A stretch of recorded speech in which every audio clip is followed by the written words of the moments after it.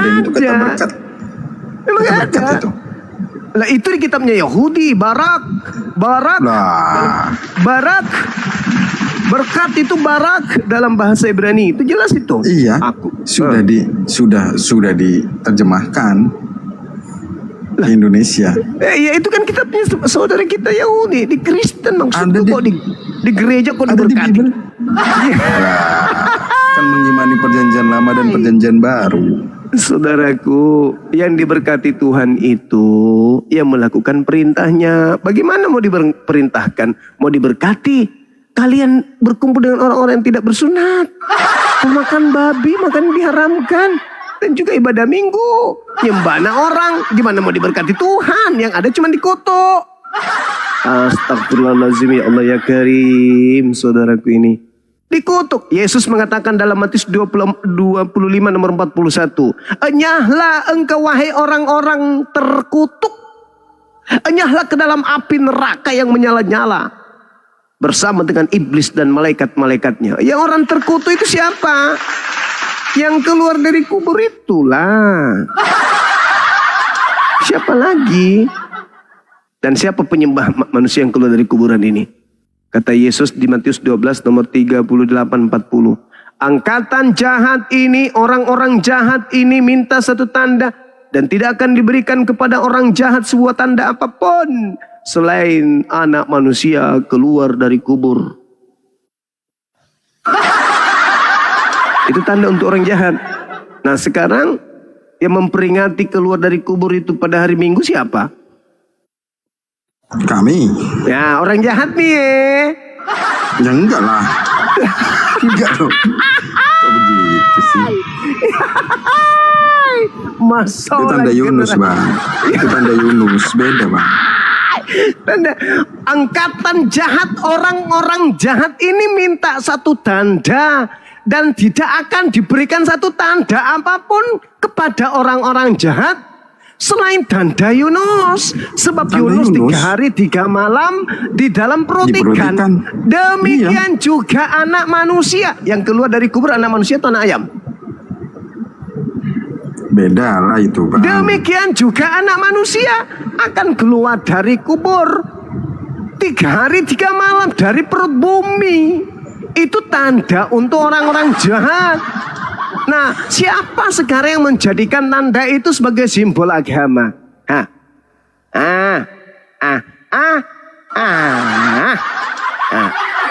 Kebangkitan anak manusia keluar dari kubur ini dijadikan tanda oleh agama yang mana? Itu tanda jahat loh. Kata paman saya, kamu kalau diajak milih agama, jangan sekali-kali kau memilih agama yang memiliki tanda jahat. Apa tanda jahat? Anak manusia keluar dari liang kubur. Siapa punya simbol agama itu? Bukan simbol bang. Bukan simbol. Lalu apa? Siapa yang selalu memperingati kebangkitan Kristus? Siapa itu? Agama mana itu? Ya faktanya begitu kok. Memang bangkit kok. Masalah generasi.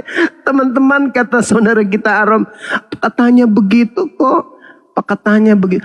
Pakatanya begitu. PAKTANYAGITU.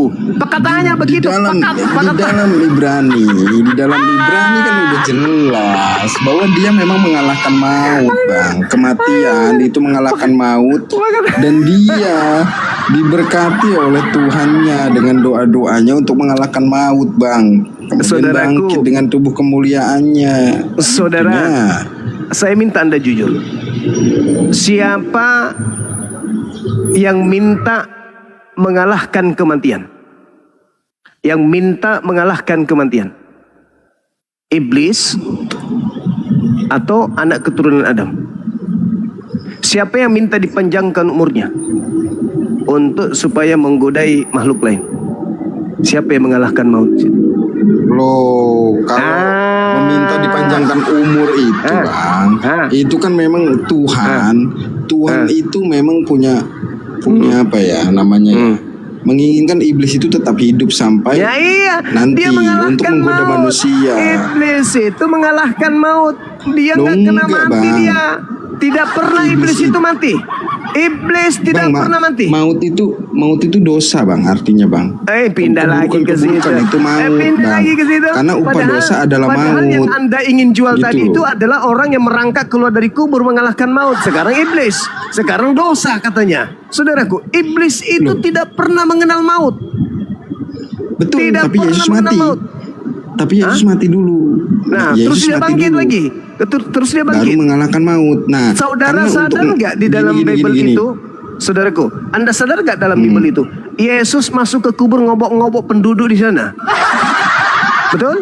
Iya, untuk mengalahkan maut, betul. Yang apa pula dia tidak pernah mengalahkan maut. Hidup dia di situ. Hidup dari mana? Iya, Ya, untuk mengalahkan maut, Bang.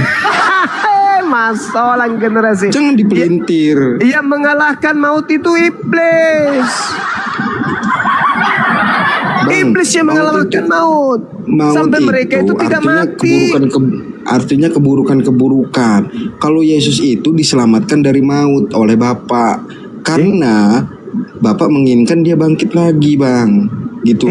Berhasillah dia mengalahkan maut itu, Bang. Doktrin.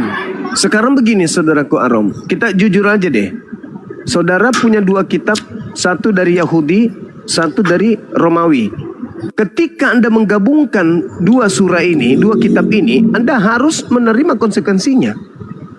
Coba Anda lihat. Kita mengarahkan pandangan ke Yesaya 14 nomor 15. Lucifer, Halal bin Zakar, itu dilemparkan ke dunia orang mati. Betul? Terus? Boleh Anda baca? Anda pernah baca dalil itu? Terus? Anda, aku tanya dulu, pernah baca dalil itu? Yesaya 14:15? Ada tertulis di dalam Alkitab itu. Anda pernah baca Perjanjian nggak? Lama. Anda pernah baca nggak? Belum baca Anda. tuntas kalau itu. Coba Anda baca Yesaya 14 nomor 15. Kita baca dulu. Silakan. Bacalah, Bang. Satu Apa divasi yang saya. baca? Lebih masuk kalau adinda saya ini yang baca. Coba Anda baca. Saya satu device ini. Lagi ngerokok lagi di luar. Oke, saya baca ya. Sebaliknya, ke dalam dunia orang mati engkau diturunkan, ke tempat yang paling dalam di liang kubur. Ini iblis kan? Ini Lucifer, Halal bin Zakar, bintang 7. Kok bintang 7? Bintang timur. Ya toh? Ini dimasukkan ke alam Bintang kubur. 7 obat itu. Oh iya. Bintang 7. Kok bintang 7? Ini dimasukkan ke dalam kubur. Iblisnya. Kita lihat apa pernyataan Yesus. Di dalam Yohanes 12 nomor 31. Apa kata beliau? Sekarang juga dunia dihukum. Sekarang berlangsung penghakiman atas dunia. Siapa dunia ini? Penguasa dunia ini siapa? Iblis. Sekarang juga penguasa dunia, iblis dilemparkan keluar. Ketika iblis dilemparkan ke alam kubur, lalu kemudian di zaman Yesus dilemparkan keluar, itu dilemparkan keluar dari mana? Dari mall, dari apartemen, dari pasar, atau dari kubur?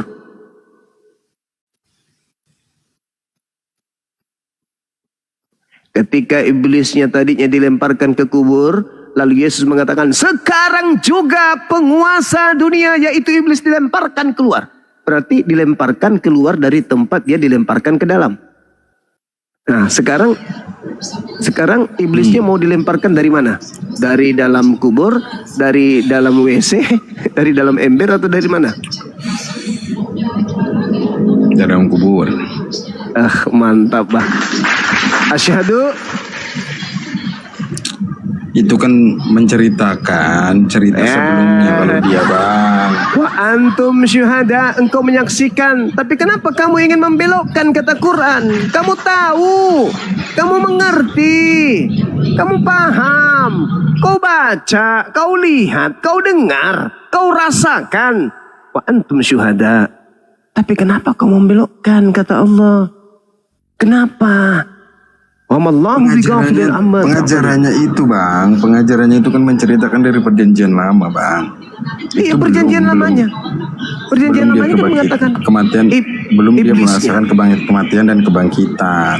Itu menceritakan Apalagi? iblis Lucifer itu dibangkitkan dari kubur, gitu loh. Terus? Dilempar keluar dari kubur, bukan Yesus. Kalau Yesus kan mati terus dan kalau bukan bangkit, Yesus, beda lagi. Saudaraku, kalau bukan Yesus, kenapa Yesus ketika ditanya, dia mengatakan angkatan jahat ini minta tanda dan tidak akan diberikan satu tanda apapun kepada angkatan jahat, orang jahat selain anak manusia berada dalam perut Tanda bumi Yunus 3 hari itu. 3 malam. Hei, Itu cerita bang, menceritakan bang. kalau dia iya, sebagaimana Yunus 3 hari dalam perut ikan, anak manusia juga 3 hari dalam perut bumi. Itu tanda untuk orang mana? Orang jahat atau orang benar? Jahat dong. Ini orang jahat, pintar. Makanya Yesus mengutip dalil itu. Angkatan jahat ini minta satu tanda dan tidak akan diberikan satu tanda apapun selain tanda Yunus. Sebab Yunus 3 hari 3 malam, anak manusia itu juga 3 hari 3 malam. Keluar dari kubur. Nah, yang masuk ke kubur adalah iblis. Sementara yang disalib adalah penerima suap. Pengkhianat, orang jahat.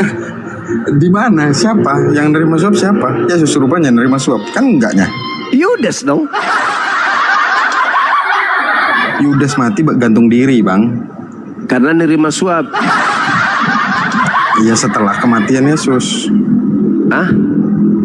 Matinya kan setelah kematian Yesus. Matinya setelah kematian Yesus. Ya itu 2 cerita yang digabung. Wow, kan? Gak mau nerima lagi data kan? Hei, saudaraku Arom, kitab Anda itu ditulis bukan pada saat kejadian loh. Itu tulisan. Oh, betul. Iya, makanya itu adalah cerita-cerita yang digabung menjadi satu. Tapi cerita itu berdasarkan murid-muridnya. Murid yang mana pula? Wah, kan berdasarkan cerita dari ingatan mereka. Cerita orang-orang. Cerita orang-orang Lah, kan yang bukan muridnya lebih punya valid, cerita. Bang. Saudaraku, kalau murid Yesus itu sudah menerima semua firman dari Yesus, sedangkan cerita penyaliban itu bukan firman. Itu kisah yang diceritakan oleh orang-orang sebagai penulis. Bukan firman Ya. Tuhan itu. Berarti ada kan kisah itu berarti. Ya, Al-Quran Memang pun ada kisah mengatakan itu. Al-Quran pun mengatakan ada. Tapi Ya, orang yang ketika disalib Bang itu Juma- adalah orang yang ketika bukan Bang Nabi Juma Isa. bilang, ya ketika Bang Juma bilang yang disalibkan itu pemakan uang suap, kapan Yesus nerima uang suap? Ya berarti bukan dia yang disalib. Makanya itulah bedanya. Sorry. Kita mengetahui itu bahwa penyaliban itu adalah untuk penebusan dosa kita. Ya. Itu berkat yang kita terima. Gitu loh. Ilmunya semakin menurun. Wih. Oh sebegitu. Ilmu makin menurun. Enggak gini loh. Enggak ada faktanya. Enggak ada faktanya Allahu bahwa Yudas itu disalibkan, Bang. Ada Nggak fakta, ada fakta. Apa Mau saya faktanya? kasih faktanya. Tak, Mau saya enggak kasih ada fakta? tertulis literlek kok. Mau saya tunjukkan? Apa? Mau saya Dari tunjukkan? perjanjian lama maksudnya orang yang menerima suap keluaran itu. Bukan dari Ulangan, perjanjian. dari keluaran. Kita ambil dari perjanjian baru. Ya coba. Kristus di situ tidak disebut Yesus. Oke? Betul? Ya nggak, tunggu. Banyak Kristus palsu, Bang. Masalah generasi. Oh mama ingat saudaraku, Paulus menulis suratnya di kisaran tahun 52 ke atas. Sedangkan Yesus mengucapkan perkataan di di Bukit Zaitun itu di tahun antara 30 sampai tahun 33. Ada selisih puluhan tahun ketika Yesus mengatakan, waspadalah sebab Kristus palsu akan datang melakukan banyak tanda yang dahsyat dan mujizat-mujizat sekiranya mungkin menyesatkan banyak orang. Itu diucapkan antara tahun 30 sampai tahun 33. Nah, Paulus di tahun 52, apa yang dikatakan di surah Galatia? Kristus telah menembus kita. Dengan Kan itu jalan dijelaskan Kristus dengan siapa? jalan menjadi kutuk. Karena Kristus kita Yesus. Kristus Enggak. Yesus itu, Bang. Untuk kita ketahui itu Kristus Yesus atau Kristus bukan. Kita ketahui setelah tanda koma. Apa kata tanda komanya? Sebab ada tertulis, terkutuklah orang yang digantung di atas tiang salib. Pertanyaan saya, berdasarkan yang tertulis, yang tergantung itu orang yang dikutuk Elohim atau tidak dikutuk oleh Elohim? Jawab. Bukan manusianya, Bang. Di situ. Bukan Artinya? manusianya. Ilmunya Kalau di situ semakin bukan merosot manusianya. ini. Hei, semakin hari semakin merosot ilmunya, gimana dong? Sebab ada tertulis. Sebentar. Sebab ada Bang Andi, tertulis. sebentar. Berarti kalau tertulis berarti di kalau perjanjian tertulis lama. adalah Tertulis di orang perjanjian pelaku lama. dosa besar. Sekarang yang melakukan Betul. dosa besar itu siapa? Yudas atau Yesus? Yudas. Alhamdulillahirrabbilalamin. Tapi dia matinya gantung diri, Bang. Itu cerita yang muncul belakangan. Cerita lagi. Orang tertulis Astagfirullahaladzim, begitu. ya Allah ya Karim. Gimana Ya sih? Allah ya Karim. Saudaraku, apa kata Quran? Apa kata Quran? Wa ma qatalu wa ma salbu walakin syubbiha lahum. Ada dua kelompok, saudaraku. Kelompok yang ingin menyalib Nabi Isa alaihissalam diberi keadaan seakan-akan mereka menyalib Nabi Isa alaihissalam. Kelompok di luar kelompok ini, mereka menemukan kemudian adanya orang yang mati bunuh diri. Tapi ingat, di dalam kitab saudara, Matius berapa itu teman-teman? Matius 26 nomor 5 ya. Dinda Alif, ingatkan saya. Mati pada saat itu hanya mati dengan cara disalibkan atau disulah. Matius berapa ya? Kok lupa? 26 nomor 5. Ya, betul. Memang pada betul. zaman saat betul. itu orang yang mati tergantung itu hanya bisa disalibkan. Hanya mati disalibkan. Itulah yang Tapi- saya katakan. Coba. Saudaraku. Coba saudaraku. Sebentar, silakan. Bang. Silakan. Tetapi tertulis bahwa setelah kematian Yesus baru kematian Yudas, Bang. Karena ada dua Gitu. cerita yang digabung menjadi satu. Kan begitu lagi. Saudara, coba Anda lihat. Di Lukas 1 nomor 1. Theophilus yang mulia. Banyak orang yang menyusun. Makanya di Kisah Para Rasul 25. Di Betul, dalam banyak Kisah yang Para menyusun, Rasul. Bang. Gini, Bang. Kisah Para Rasul dulu. Kisah Para Rasul 25 nomor 19 dulu. Mereka berselisih paham tentang seseorang yang bernama Yesus. Apa perselisih paham yang muncul? Tentang utang piutang bukan. Tentang jodoh bukan. Tentang rezeki bukan. Tapi apa? Tentang kematiannya. Kematian dan tidak kematian. Betul? Ya faktanya makanya orang yang berselisih itu yang tidak mengakuinya itu, Bang. Masalah generasi. Kenapa bisa terjadi seperti itu? Karena diserupakan bagi mereka yang menyalibkan Yesus bahwa yang mereka salib itu Yesus. Makanya Markus itu mencatat seperti orang yang habis minum vodka satu cergen. Coba Anda lihat di dalam Markus 16 nomor 12. Lalu Yesus menampakkan diri kepada kedua muridnya dalam rupa yang lain. Halilintar. Itu kan lagi mabuk. Dia sudah melihat orang dalam keadaan bukan Yesus. Dia katakan Yesus. Coba. Yesus nggak yang dituliskan Markus di situ. Lalu Yesus menampakkan diri dalam rupa yang lain. Yesus nggak yang ditulis Markus di situ. Orang lain. Ya setelah Orang kebangkitan lain. itu, Bang. Orang Itu lain dari mana? saudara. Bang, coba lihat. kalau rupa lain. gini. Jadi gini, Rupa Bang. lain loh, rupa lain loh. Rupa Kan lain atau andaikan bukan? mem- Itu rupa lain andaikan- atau rupa Yesus? Andaikan memang itu rupanya Yudas, harusnya nggak ngomong rupa lain. Dia tahu itu Saya Yudas. ulang lagi, Gitu. saya ulang lagi. Yang bangkit dari kubur itu rupa Yesus atau rupa lain? Ya tertulisnya rupa lain memang. Asyhadu. Sebentar, tadi kan bilang Yudas. Yudas dengan Yesus kan rupanya lain. Iya, jadi Markus nggak kenal Yudas maksudnya. Loh, di mana mereka bertemu? Iya, murid-muridnya pasti ketemu. Tahu dong, Ya Bang. Allah ya Karim, Markus tidak pernah ketemu Yudas.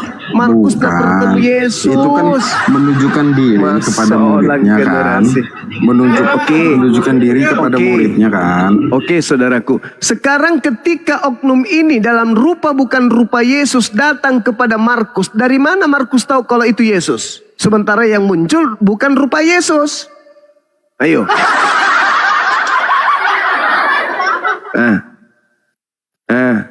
Dari mana Markus tahu? Ini Yesus loh. Pandai-pandaian kau. Dari mana kau tahu kalau itu Yesus? Saya cuma bilang begitu. Siapa yang merintahkan kamu? Asal lu tahu ya. Gue ini tangan kanannya Paulus. Apa kata orang? Oh, pantesan. Pantesan lu pikir itu Yesus. Rupanya lu tangan kanan Paulus. Kan kamu lihat rupa lain kan? Ya. Walakin syubbihalahum. Mantap kali Quran, bah. Keren. Oke, di Markus berapa itu, Bang? Coba baca Markus dulu. 16:12. Mbak, ya. Sebentar. Tidak boleh tertawa, Bang. Tidak boleh tertawa. Sebentar. Harus tertawa dong. Sebentar. Supaya kamu itu Terus semangat sebentar. belajar. Bukan, di Markus itu menampakkan dirinya kepada muridnya kan. Dalam rupa? Betul ya? Dalam rupa? yang lain. Dalam rupa yang lain. Makanya muridnya Tapi sebentar. Fokus Bang, fokus.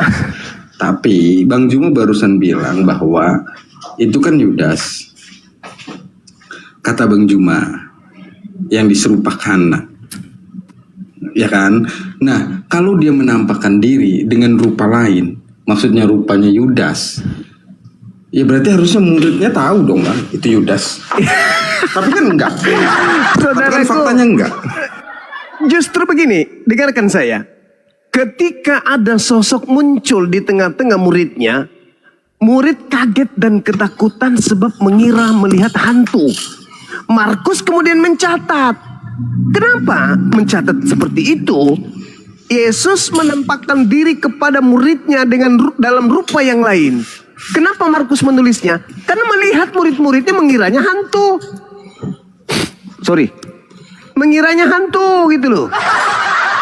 Makanya Markus menulis, berarti yang muncul ini memang bukan rupa Yesus.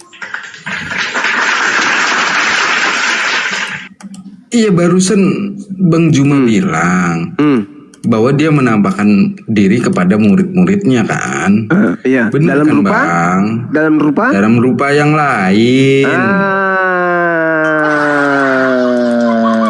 Dalam Terus rupa yang dari lain. mana? Terus dari Setelah mana? itu- Sabar. Dari mana Markus tahu kalau itu Yesus? Nah, setelah itu Yesus meyakinkan kepada murid-muridnya bahwa itulah dirinya. Nah, Gitu ingat, loh, Bang. ingat kata Yesus. Ingat Bahwa kata gini Yesus. loh Bang, kenapa Ingat kata murid-muridnya Yesus. nggak percaya? Kenapa murid-muridnya nggak percaya? Karena setahu muridnya dia sudah disalibkan dan mati dikuburkan, Bang. Itu Ingat kata makanya dia nggak- Yesus. Ingat kata Yesus. Waspadalah kepada penyesat yang datang kepadamu memakai namaku dan berkata, akulah dia. Lukas 21 nomor 8. Berarti penyesat ini harus mengaku siapa? Harus mengaku siapa? Banyak Bang, banyak yang mengaku Bang. Aku Banyak tanya yang dulu, mengaku. penyesat ini harus mengaku siapa? Oke, kalimatnya gimana Bang? Kalimatnya itu? Waspadalah kepada penyesat yang datang kepadamu memakai namaku dan berkata, akulah dia. Jangan kamu percaya. Oke. Nah, sekarang Pada pertanyaannya siapa datangnya? kepada muridnya. Lukas 21 nomor 8. Nah sekarang penyesat itu harus memakai nama siapa? Supaya orang yakin kalau dia adalah akulah ini. Inilah tanganku, rabalah aku. Tapi muridnya mengiranya hantu. Dan Markus mencatat rupa lain. Gimana dong? Dan Anda ketika mengatakan buktinya murid-muridnya percaya. Ya memang harus percaya. Kenapa? Karena si penyesat ini memaksa. Memaksa dia harus percaya. Coba Anda lihat di dalam Lukas 24 nomor 37. Mereka kaget dan ketakutan sebab mengira melihat hantu. Kedua, coba Anda lihat di dalam Yohanes 20. Bagaimana Maria datang di minggu pagi itu. Dia sudah bertemu oknum itu tapi dia tidak tahu. Malah menganggapnya tukang kebun. Ayo. Lalu Anda baca Lukas 24 nomor 9, nomor 10, nomor 11, nomor 12. Murid-muridnya mengatakan omong kosong. Mana ada orang mati bangkit dari kubur? Omong kosong. Nah, itu betul.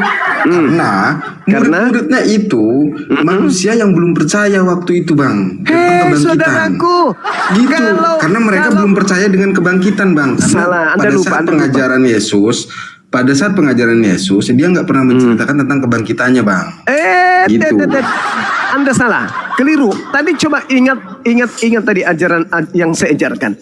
Yesus mengatakan apa? Angkatan orang jahat minta tanda. Sekarang murid-murid Yesus orang jahat gak? Orang baik lah. Nah, Muridnya. makanya Yesus tidak mengajarkan bangkit hari ketiga. Yang dia ajar bangkit hari ketiga itu adalah angkatan jahat. Coba Anda lihat di dalam Matius 27 nomor 63. Apa katanya? Tuhan, kami ingat si penyesat sewaktu berkata. Gini, Dengar dulu. Tanda Dengar untuk tadi orang nih. jahat itu bangkit di hari ketiga. Bangkit di hari ketiga itu kan tanda untuk orang jahat, bukan untuk orang yang benar, Bang. Ini untuk orang benar. Makanya murid-muridnya Gitu loh. orang benar ini percaya nggak kebangkitan itu? Ya percaya dong, karena kebangkitan yang dimaksud dengan Yesus itu untuk orang jahat yang sebelumnya. Nah, yang ini memang untuk orang-orang benar gitu loh. Saudaraku, Itu, Bang. saudaraku, sekarang saya ulang lagi pertanyaan saya sederhana. Apakah kemudian murid-murid Yesus percaya kalau Yesus bangkit hari ketiga? Awal nggak percaya awalnya. Awalnya nggak percaya. Awalnya nggak percaya kan? Siapa yang membuatnya percaya? Iya, karena Yesus bilang inilah aku. Kalau nggak percaya, peganglah. Gitu Oke, kan. berarti Ada buktinya semua. Berarti yang membuatnya percaya makhluk itu kan? Bukti tentang penyalipannya ada di tubuhnya, enggak, Bang. tunggu. Yang membuatnya percaya bahwa dia bangkit pada hari ketiga, makhluk ini kan? Yang setelah keluar kan? Yesus. Bukan, Yesus tidak pernah mengajarkan sebelumnya kalau dia akan bangkit pada hari ketiga, betul? Kepada muridnya enggak. Berarti murid percaya bangkit gurunya oleh makhluk yang keluar. Makhluk ini yang membuat mereka percaya. Dia akan menyesatkan orang-orang pilihan juga, betul? Ingat dalil itu? Yesus bahwa menunjukkan bukti penyalipan itu ada di tubuhnya. Karena manusia waktu itu nggak percaya ada orang mati hidup lagi. Gitu loh, Bang. Apakah Yesus tidak pernah mengajarkan sebelumnya kepada murid asli? Tentang? Kalau dia akan keluar dari kubur pada hari ketiga? Sama muridnya enggak lah. Ya enggak. Karena ajaran bangkit keluar hari ketiga itu hanya diajarkan kepada orang jahat, betul? Betul, karena orang jahat. Nah, kan kalimatnya gini, Bang. Kalimatnya kan tidak diberikan satu tanda apapun kepada orang jahat itu selain tanda Yunus. Untuk orang jahat, Bang. Kebangkitan ketiga itu untuk orang jahat, tetapi untuk orang baik memang tidak diberikan tanda. Makanya ketika dia bangkit, orang-orang baik yang percaya, ya memang wajar. Karena memang tanda untuk orang jahat itu tidak diberikan, Bang. Itu loh. Saudaraku, kalau dia kemudian akhirnya percaya kepada kebangkitan, berarti dia percaya tanda kejahatan itu, tanda untuk orang jahat, berarti dia termasuk orang jahat.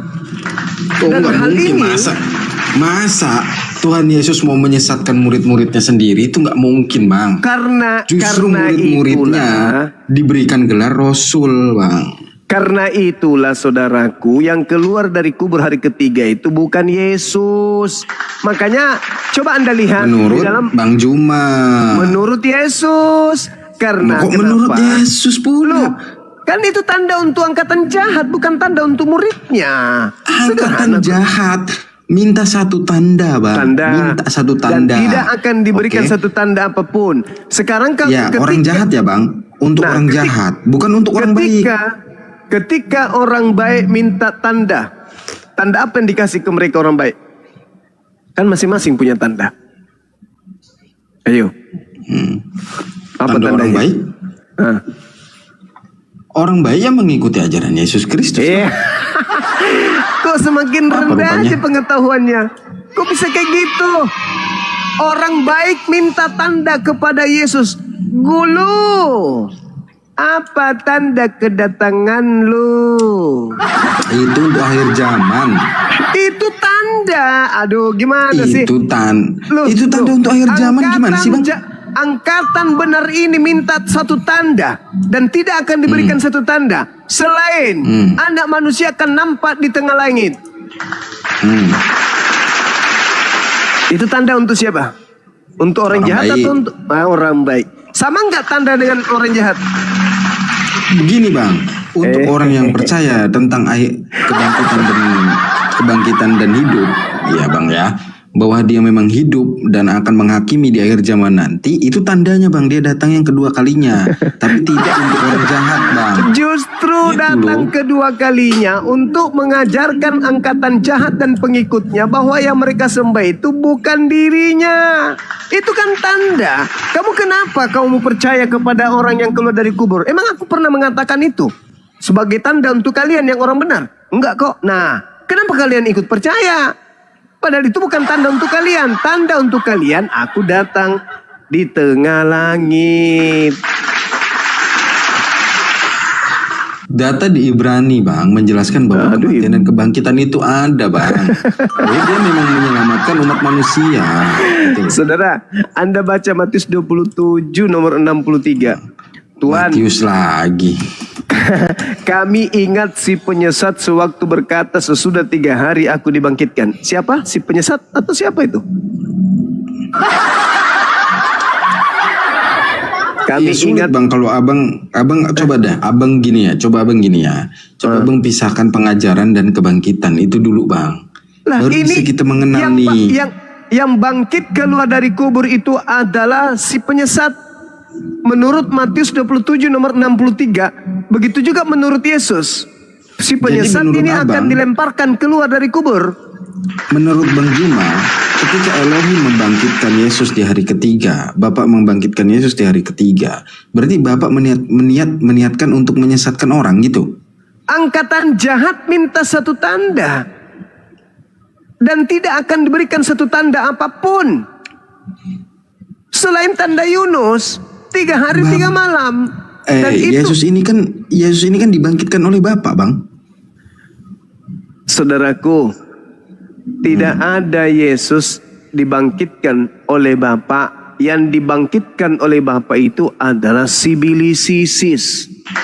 Apakah tertulis begitu? Saudaraku, apa yang dikatakan Yesus dalam Yohanes 12 nomor 31 itu? Sekarang dunia dihakimi. Siapa dunia ini? Iblis. Sekarang juga penguasa dunia akan dilemparkan keluar. Penguasa dunia dilemparkan, dibangkitkan keluar dari kubur. Alamak. Ya kalau iblis yang bangkit nggak perlu dibangkitkan oleh Bapak, Bang. Ngapain Bapak bangkitkan? Orang tertulisnya Bapak membangkitkan bahwa Tuhan Bapak itu membangkitkan anaknya yang tunggal, yaitu Yesus Kristus dari antara orang mati. Dia dibangkitkan dari antara orang mati, Bang. Saudara, gimana sih Bang Juma ini? Kalau Anda melihat di dalam kitabnya saudara kita Yahudi 1 Raja-Raja 22-23, Tuhan mengutus iblis di mulut para nabi untuk Tuhan menetapkan kecelakaan bagi orang-orang jahat. Ingat di dalam Yohanes 13 nomor 2, iblis merasuki Yudas. Ingat perkataan Yesus dalam Yohanes 6 nomor 70. Bukankah aku yang memilih engkau yang 12 dan satu di antaramu adalah iblis. Yesus yang memilih iblis kan? Aku yang memilih engkau dan satu di antaramu adalah iblis. Makanya Yesus melakukan sayembara. Siapakah di antara kalian yang akan menyangkal aku? Yang akan mengkhianati aku? Inilah darahku, inilah dagingku. Nah, di situ Yesus sudah menunjukkan, ini loh darahku, anggur, ini loh dagingku, roti, makanlah. Jangan dagingku betul kau makan. Tapi ada di antara kalian yang duduk di sini yang akan betul-betul makan dagingku dan minum darahku, alias mengkhianati aku. Siapa itu? Yudas adalah sekiranya lebih baik kalau dia tidak dilahirkan oleh ibunya. Itu fakta, itu real. Nah, apa kata iblis kepada Yesus? Sabar dulu. Sedikit lagi. Apa kata iblis kepada Yesus dalam Lukas 4 itu? Atau Matius 4? Yesus, segala kemegahan yang ada di bumi ini akan aku berikan kepadamu. Segala kuasa akan kuberikan kepadamu. Asalkan kau menyembah aku. Asalkan kau menyembah aku. Maka segala kuasa dan kemegahannya akan aku berikan kepadamu. Sebab 2. Aku iblis berkuasa memberikan kepada siapapun yang aku kehendaki. Kalau aku memberikan kuasaku ini kepada Yudas, maka Yudas berkuasa enggak? Enggak dong, enggak begitu bang. Enggak begitu. Saudara, Anda harus jujur mengakui, Yesus mengakui iblis itu penguasa dunia. Betul? Yesus loh. Terus? Anda harus akui dulu. Yesus mengakui iblis itu penguasa dunia, betul? Yohanes 14 nomor 30. Benar enggak Yesus mengakui bahwa iblis itu penguasa dunia? Iya dong. Iya, tapi terbatas bang. Ada batasannya dia bang. Tunggu dulu. Memang ada batasannya. Betul itu. Iblis terbatas karena bukan Tuhan. Sekarang ketika iblis Anda sudah mengakui dia adalah penguasa dunia, sang penguasa dunia memberikan kuasa itu kepada Yudas, bisa nggak? Karena Yudas kerasukan iblis nih. Aku akan memberikan kuasa kepada siapapun yang aku kehendaki. Apa kuasa Yudas? Kutanya dulu. Oke. Dia hanya menerima suap bang. Dia hanya menerima suap dan memberikan informasi tentang Yesus. Sabar dulu kawan. Sabar ya. Yesus diuji oleh iblis. Tujuannya agar Yesus menyembah iblis. Meninggalkan menyembah kepada Elohim. Jikalau engkau menyembah aku, maka segala kuasa ini akan aku berikan kepadamu. Sebab aku berkuasa memberikan kepada siapapun yang aku kehendaki. Catat itu. Ketika iblis diceritakan oleh Yesus sebagai Kristus palsu, melakukan tanda yang dahsyat dan mujizat-mujizat, kekuatan-kekuatan, sekiranya mungkin menyesatkan orang-orang pilihan juga, iblis ketika mencoba Yesus, apa kata data nomor 11, nomor 13-nya? Setelah iblis mencoba Yesus, di data 13-nya mencoba Yesus, dia meninggalkan Yesus dan menunggu waktu yang tepat. Menunggu waktu yang tepat. Kapan waktu tepat itu?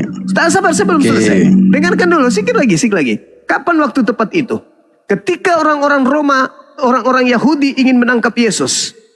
Di dalam data Lukas 22. Sangkamu aku ini penyamun. Sangkamu mungkin aku penjahat. Kau datang membawa pentungan dan pedang untuk menangkap aku. Padahal engkau setiap hari melihat aku di bait suci. Tetapi, kata Yesus, saatmu sudah tiba. Dan saatnya kuasa kegelapan. Maka Yesus harus pergi. Kenapa? Karena sudah saatnya penguasa dunia nih dilemparkan keluar. Saat penguasa dunia ini berkuasa, Yesus sudah terangkat. Leluasalah iblis memakai nama Yesus. Maka orang yang masuk dalam kubur yang dirasukinya tadi, keluar kembali dari kubur. Dalam tubuh Yudas, sabar. Dalam tubuh Yudas, iblisnya mengatakan apa? Akulah Yesus. Oh enggak begitu. Enggak ada tertulis begitu, Bang. Enggak ada tertulis begitu. Akulah Yesus begitu, enggak ada tertulis. Enggak ada tertulis, Bang. Pada Mau saat buktikan? iblis, Tunggu. pada saat Kita buktikan sebentar. pelan-pelan. Kepadaku telah diberi kuasa. Itu pada Pergilah ke saat seluruh dunia. Oh, Jadikanlah sebentar. seluruh bangsa menjadi pengikutku. Bukan. Sekarang siapa yang mengaku akan memberikan segala kuasa itu kepada siapapun yang dia kehendaki? Siapa yang mengaku tadi?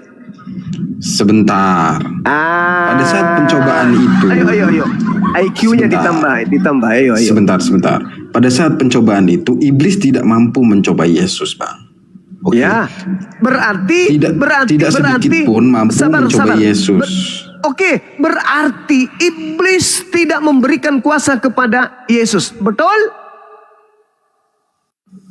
Ya, dia nggak mampu mencoba Yesus. Iya, artinya iblis tidak berkuasa memberikan kuasanya iblis ini, penguasa dunia ini kepada Yesus, betul?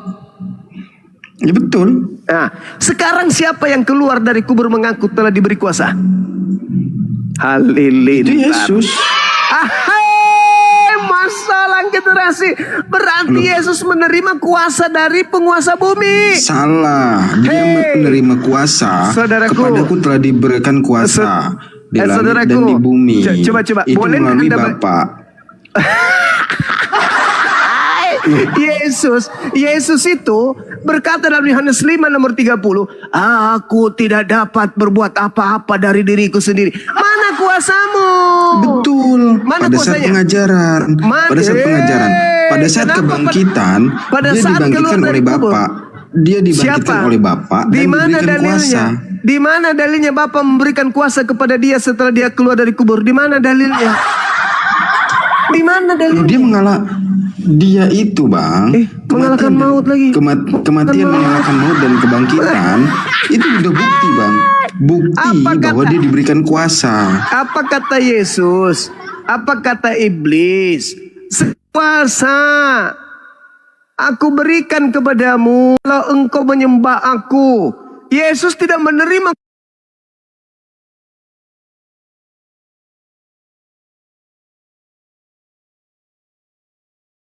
Tepatnya kapan? Timingnya kapan?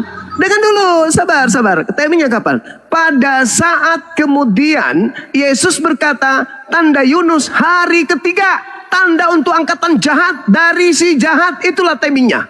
Menunggu waktu yang tepat. Kapan waktu tepatnya? Pada hari ketiga sesuai dengan tanda Yunus. Yudas keluar dari kubur dengan menggunakan tanda dahsyat, menggunakan mujizat-mujizat. Sejak kapan Yesus menyuruh muridnya ke seluruh bangsa?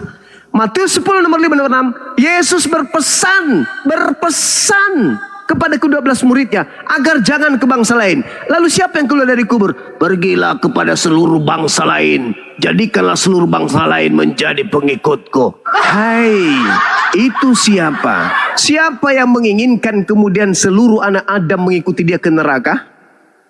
Dengan menyembah Kristus. Adakah Yesus mengajarkan menyembah dirinya? Adakah Yesus mengusir penyembah Kristus palsu? Adakah Yesus yang mengusir orang-orang yang bermujizat pakai namanya?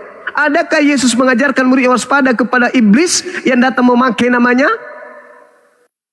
Kalau ada, ayo lembutkan hatimu, kawan. Lembutkan. Itu loh. Kemudian kuasa bagi yang hidup pun diberikan oleh Yesus. Di Yohanes sudah tertulis jelas bahwa kuasa dari Bapa itu diberikan oleh Yesus. Itu. Di mana Bapa memberikan kuasa kepada Yesus, kuasa di bumi? Mana dalilnya? Tunjukkan kepada saya. Yesus pun terancam salib masih berdoa. Oke. Yohanes 5 22 sampai 27, Bang, kita baca ya. Kita baca, silakan. Bapak tidak menghakimi siapapun, melainkan menyerahkan penghakiman itu seluruhnya kepada anak.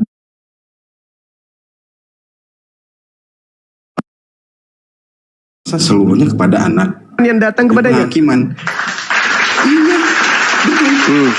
Supaya semua orang menghormati anak sama seperti mereka menghormati Bapa. Barang siapa tidak menghormati anak, ia juga tidak menghormati Bapa yang mengutus dia. Selesai, Bang. Memang diberikan. Kuasa itu memang diberikan kepada Yesus. Saudaraku, Yesus berkata di dalam pengakuan dia bahwasanya yang akan menghakimi pengikut Musa itu sendiri, bukan Yesus. Itu ajaran Yesus sendiri yang mengatakan itu. Oke, Musa. Tadi nyari yang tertulis. Ini tertulis sekarang di Yohanes. Dibantah lagi, coba. Apanya yang tertulis? Segala kuasa gimana? Tidak ada segala kuasa. Ketika Yohanes 17 ayat 10, dan segala milikku adalah milikmu, dan milikmu adalah milikku, dan aku telah dipermuliakan di dalam mereka. Itu selesai, Bang. Kuasa dunia mana? Coba tunjukkan. Tunjukkan kepada saya dalilnya. Yesus diberi kuasa dunia. Di mana Yesus diberikan oleh Bapa kuasa dunia? Silakan. Yohanes 13 ayat 3. Yesus tahu bahwa Bapanya telah menyerahkan segala sesuatu kepadanya. Apa buktinya? Yohanes 5 Anda baca. Aku tidak dapat berbuat apa-apa. Lihat konteksnya dong. Lihat konteksnya dong. Aku tidak dapat berbuat apa-apa dari diriku sendiri. Yohanes 13 ayat 3 ini mau dihilangkan sama Bang Juma juga. Yesus tahu Bapaknya telah menyerahkan segala sesuatu kepadanya. Saudaraku, dengarkan.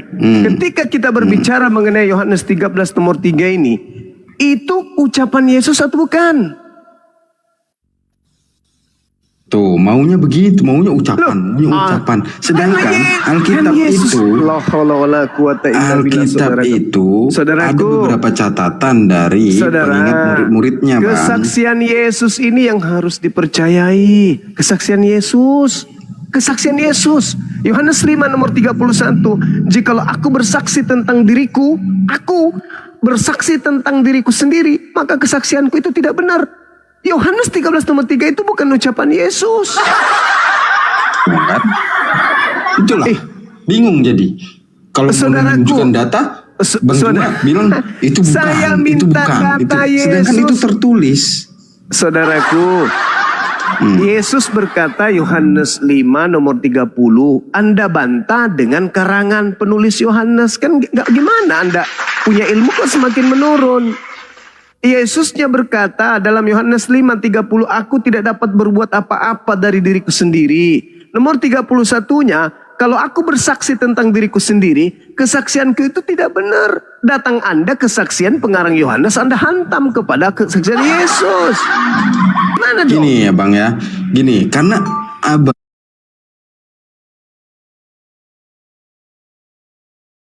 tertulis bahwa di Matius 28 ayat 18 bahwa Yesus sendiri yang ngomong bahwa kepadaku telah diberikan segala kuasa di surga dan di bumi. Abang menolak itu karena yang memberikan kuasa menurut Abang iblis, isis. Gimana? Itu data dari Yesus sendiri yang ngomong. Ketika dibandingkan dengan kesaksian dari Yohanes, Abang menolak. Mau gimana juga, bingung juga kita. Yesusnya berkata, aku tidak dapat berbuat apa-apa dari diriku sendiri. Katamu tadi Yesus diberi kuasa. Segala kuasa diberi kepada Yesus. Kalau segala kuasa diberi kepada Yesus, buktinya Yesus mengatakan, aku tidak dapat berbuat apa-apa dari diriku sendiri.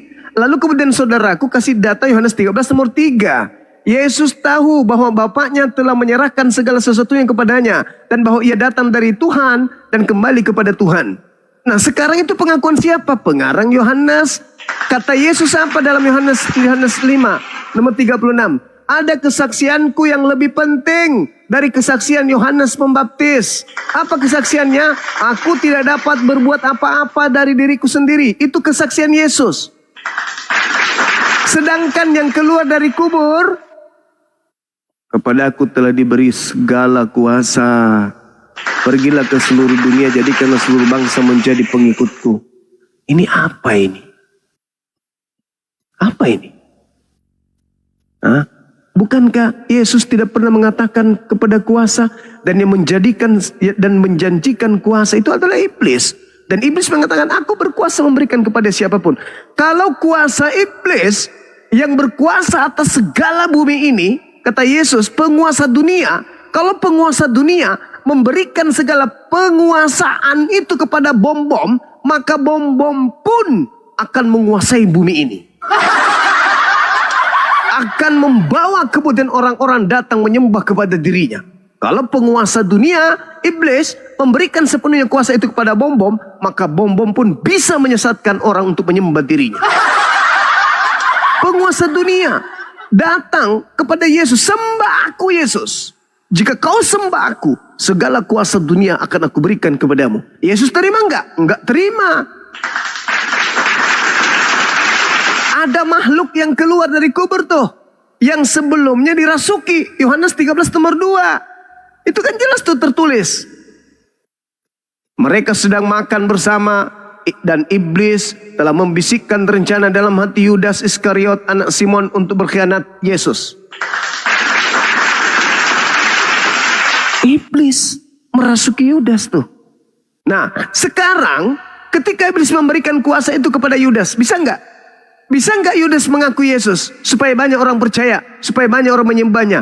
Ya bisa. Lawang Yesus mengatakan, waspadalah kepada iblis yang datang kepadamu memakai namaku, bermujizat dia, dia melakukan tanda dahsyat, kekuatan-kekuatan, dan bermujizat. Nah, itu hebatnya kan? Ketika kemudian dikatakan waspadalah kepada penyesat yang datang kepadamu memakai namaku, mereka akan menyesatkan banyak orang. Banyak orang mana yang disesatkan? Ya pengikutnya. Siapa itu? Kristen. Kristusnya palsu, pengikutnya pengikut Kristus, disingkat Kristen. Sederhana kok itu. Sederhana itu bang. Kalau saudara mau menggunakan. Karena Yesus tidak pernah menerima kuasa. Kepada aku telah diberi kuasa. Bayangkan pada saat ia ingin ditangkap. Apa katanya? Bapak, sekiranya mungkin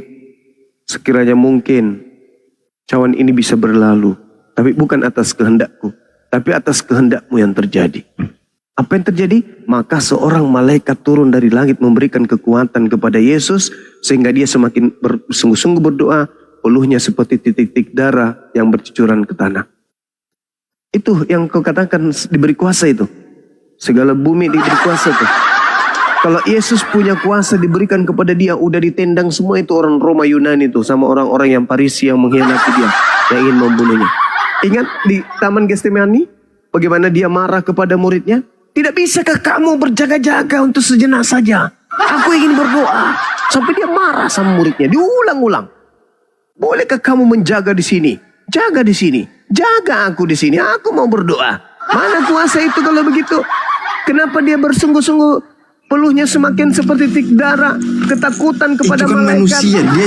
Dia kan masih menjadi manusia bang. Manusia biasa dia. Kan di Filipi 2 sudah jelas.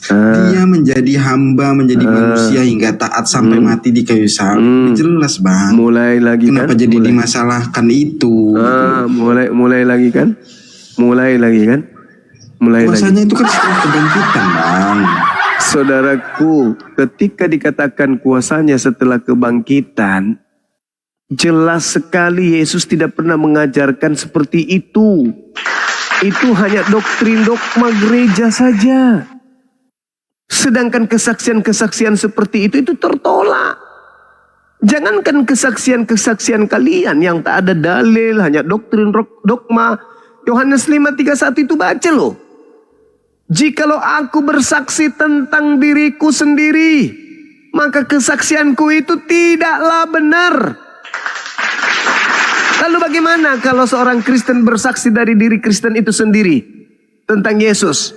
Bisakah kami percaya orang berakal ini? Ya tidak dong. Yesus aja berkata, aku berkuasa. Tidak ada orang yang bisa berkuasa atas siapapun selain daripada aku. Nah, kita baca mana kesaksian Bapa tentang itu. Ada enggak? Enggak ada. Itu pun kami tidak percaya. Apalagi kalau hanya seorang Kristen mengaku-ngaku. Itu kan kuasa diberikan nanti setelah dia keluar dari kematian. Nah, mana kesaksian Bapa untuk itu? Nah, sementara kesaksian Yesus harus dibarengi kesaksian Bapa. Kalau kesaksian Kristen harus dibarengi dengan kesaksian Bapa juga. Tapi Bapak Paulus beda. Kesaksian Yesus berdasarkan kesaksian Bapa. Yohanes 5 nomor 45. Bapalah yang bersaksi tentang aku. Nah, kau tidak pernah mendengarkan suaranya, wajahnya pun tidak pernah kau lihat. Nah, kalau Kristen berkata Betul. Yesus itu diberi kuasa setelah dia bangkit dari kubur, itu kesaksian siapa? Yesus sendiri yang ngomong, Bang. Matius 28 itu. Mana kesaksian Bapaknya? Loh, kan sudah pada saat pengajaran itu bahwa dia mengakui bahwa segala sesuatu yang keluar dari diri dia itu dari Ya. kehendak Bapa. Ya. Ketika dia berbicara seperti itu, berarti itu kehendak Bapa memang. Iya. Gitu loh, Bang. Lalu mana penyesatnya Oh, iya. yang mengaku Yesus, yang menyesatkan banyak orang, yang memaki nama Yesus, yang datang kepada muridnya mana? Waspadalah kepada penyesat yang datang kepadamu. Mana itu penyesat yang mengaku Yesus yang datang kepada murid Yesus? Mana? Ada yang terjun dari pohon cempedak. Aku Yesus. Oh, turun dari pohon cempedak ada? Nggak ada. Yang datang kepada murid Yesus mengaku Yesus itu hanya makhluk yang keluar dari kubur itu. Alamak. Ada Yesus yang keluar loncat dari pohon cempedak, ada. Aku Yesus, ketepak, ada nggak? Nggak ada. Waspadalah kepada penyesat yang datang kepada kalian, memakai namaku dan berkata akulah Kristus. Mereka akan menyesatkan banyak orang. Mana Yesus itu kalau bukan yang keluar dari kubur? Ada Yesus lain? Nggak ada. Itulah yang diceritakan Markus 16:12. Dan Yesus menampakkan diri kepada kedua muridnya dalam rupa lain. Nah, itulah yang dimaksud Yesus. Yesus lain yang datang memakai namaku. Nah, dilihat tuh, kok beda mukanya tapi ngaku Yesus. Itulah yang menggenapi nubuatan itu. Sederhana kok itu, kalau Anda mau menggunakan akal sehat, saudaraku. Oke? Oh, jadi gini, maksud Bang Juma gini ya, maksud Bang Juma bahwa membuktikan bahwa perkataan Yesus yang akan ada yang akan menyesatkan kalian itu muridnya di situ berarti harus terjadi gitu maksudnya. Ya Allah, kan Yesus mengatakan itu. Coba Anda baca Matius 24. Baca. Baca kawanku, baca.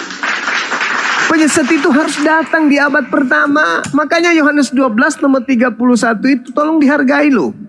Sekarang juga, sekarang itu apa? Dalam bahasa Yunani nun, detik itu juga, saat itu juga. Sekarang juga dunia dihakimi. Sekarang juga penguasa dunia dilemparkan keluar. Berarti zaman itu keluar iblisnya dari kubur. Oke, kita baca ya Bang. Nah, silakan. Kita baca ya Bang. Silakan. Kita baca Matius 24 ya Bang. Ya, baca nomor Oke. 4-nya aja langsung sampai seterusnya. Jangan nanti dulu dong. Ya udah, terserah. Oke. Silakan. Oke. Permulaan penderitaan ya Bang ya. Di ayat 3-nya, ketika Yesus duduk di atas bukit Zaitun, datanglah murid-muridnya kepadanya untuk bercakap-cakap sendirian dengan dia. Kata mereka,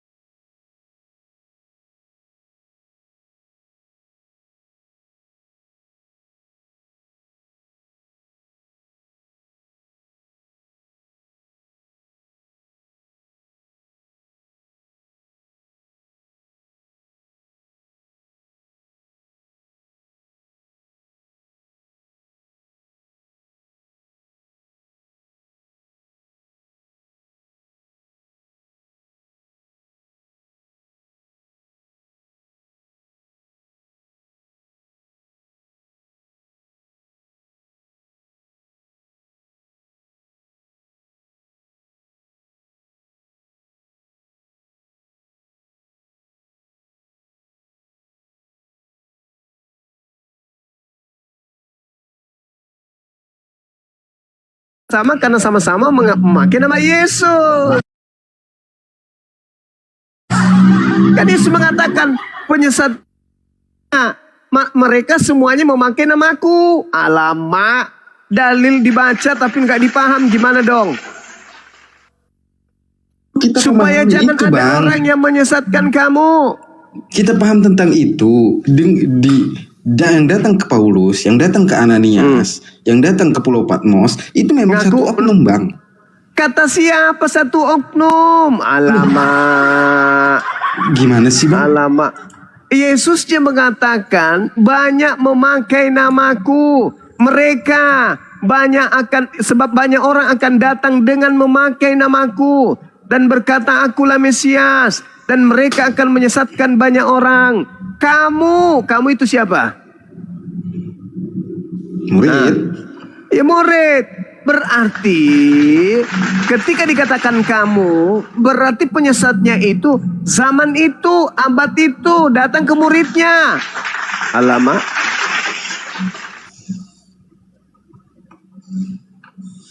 Ya, orang di Alkitab tulisnya satu oknum kok, Bang. Gimana? Saudara, Yesus mengatakan Kristus palsu. Itu Nah, satu atau banyak? kan? Banyak kan? Banyak. Mereka Banyak. ini memakai nama siapa? Nama Yesus. Ya sudah. Nama Yesus sudah. Tapi dalam Alkitab mereka mendapatkan penglihatan dan di perjumpaan dengan Tuhan Yesus itu satu oknum, Bang. Dengan satu yang sama, dengan satu pengajaran. Saudaraku, apa karena sangat enak tuh? Dia bilang gini, apa tanda kedatanganmu dan tanda kesudahan dunia? Apa kata Yesus? Waspadalah kepada penyesat. Artinya Yesus sudah tahu bakal ada penyesat memakai namanya. Tapi Yesus membatasi mana dia, mana yang bukan dia. Kalau aku yang datang, aku yang asli datang, aku akan nampak di tengah langit. Seluruh manusia akan melihat aku. Matahari menjadi gelap, bulan tak bercahaya, bintang berjatuhan. Itu kalau aku. Tapi kalau yang bukan aku banyak datang mengaku Yesus. Tapi tidak ada tanda itu, jangan kau percaya. Kalau aku yang datang, diikuti dibarengi dengan tanda kiamat. Tetapi akan datang banyak mengaku aku. Dan tidak ada tanda itu. Untuk Anda tahu siapa yang datang, aku atau bukan aku. Karena semuanya akan mengaku aku. Lihat, aku akan nampak di tengah langit. Semua orang akan melihat. Seluruh dunia manusia akan meratap. Sekarang ketika datang ke Ananias, meratap gak seluruh dunia? Ketika datang kepada Paulus, meratap gak seluruh dunia? Ketika datang di Pulau Patmos, meratap gak seluruh dunia? Enggak. Kata Yesus, jangan masih kamu percaya. Masih di Matius 24. Matius 24 ayat 13-nya. Tetapi ya Bang ya. Tetapi orang yang bertahan sampai pada kesudahannya akan selamat. Kesudahan berarti sampai akhir zaman ya Bang ya. Dan Injil kerajaan ini akan diberitakan di seluruh dunia. Menjadi kesaksian bagi semua bangsa, sesudah itu barulah tiba kesudahannya. Itu make sense dengan Matius 28 amanat Kantin agung. masih buka? Kantin masih buka? Buka. Tolong kasih Indomie seduh campur bodrek 1 papan ya. Tambah masako. Masako juga ya. Kalian mau juga? Nggak usah kasih bodrek, kalau saya bercanda, Indomie aja. Bang Juma nggak membaca tetapinya itu loh. Aneh Itu kamar Juma ini. kamar sebelah nanti kunci besok ya. Kenapa sampai di mana? Nggak ada. Ini anak-anak disuruh buka buat nih. Gimana? Ikat aja pakai tambang Guru Nda, ikat aja pakai tambang. Ya, Ikat. Bang. Jangan lupa campur kemangi ya. 2 ikat.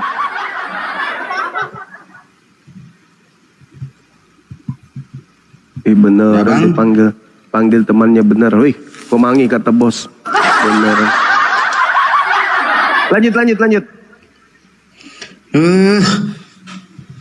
potong aja itu orang. Gantung aja bang, itu orang bang. jangan. Mereka meriksa kamar patroli. Lanjut. Oke ya. Pada waktu itu kamu akan diserahkan supaya disiksa dan kamu akan dibun-bun dan akan dibenci semua bangsa oleh karena namaku, kata Yesus. Dan banyak orang akan murtad dan mereka akan saling menyerahkan dan saling membenci.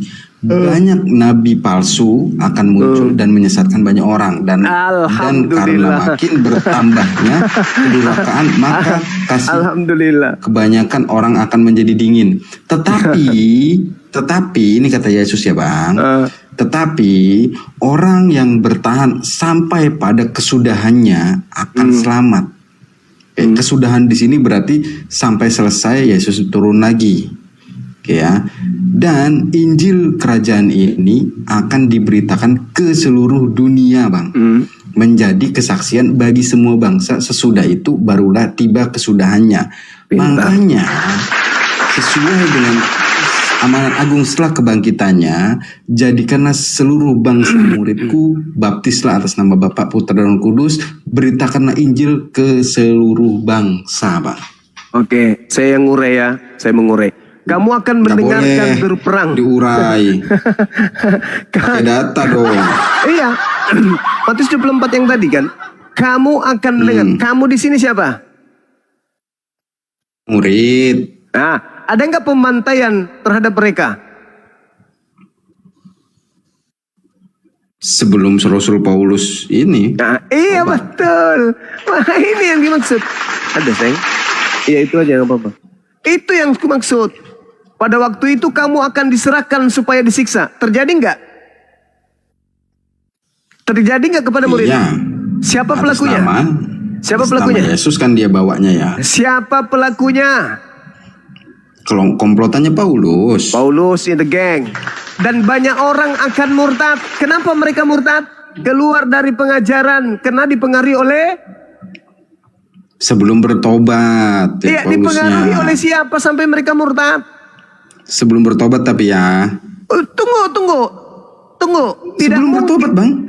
Justru ketika Paulus itu mengaku bertobat, mereka mengajak orang-orang meninggalkan Torah. Betul?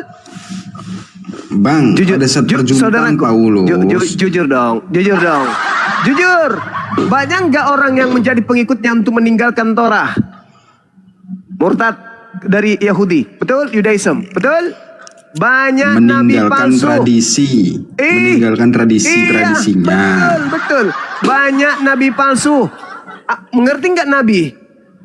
Paham nabi? Nabi palsu. Iya, paham nabi itu apa? Jangan palsunya dulu. Nabi itu utusan Tuhan. Iya, utusan Tuhan. Nabi itu adalah orang yang mendapatkan wahyu, betul? Betul. Nah, nabi itu adalah ya. Jikalau ada nabi di tengahmu, maka aku Tuhan akan menyatakan diriku melalui penglihatan dan berkata kepada mereka melalui mimpi. Betul? Betul ya? Nah, sekarang aku tanya dulu saudara. Kenapa kitab Markus disebut firman Tuhan? Karena Markus menulis firman Tuhan. Betul? Tuhan. Nah, betul. Sekarang kalau bukan nabi menulis firman Tuhan, itu apa namanya? Palsu atau asli? Ya kan di Alkitab itu ada cerita-cerita sejarahnya bang. Gak cuma firman Tuhan. Saya ulang lagi. Pada saat Yesus mengatakan, jangan ke situ dulu.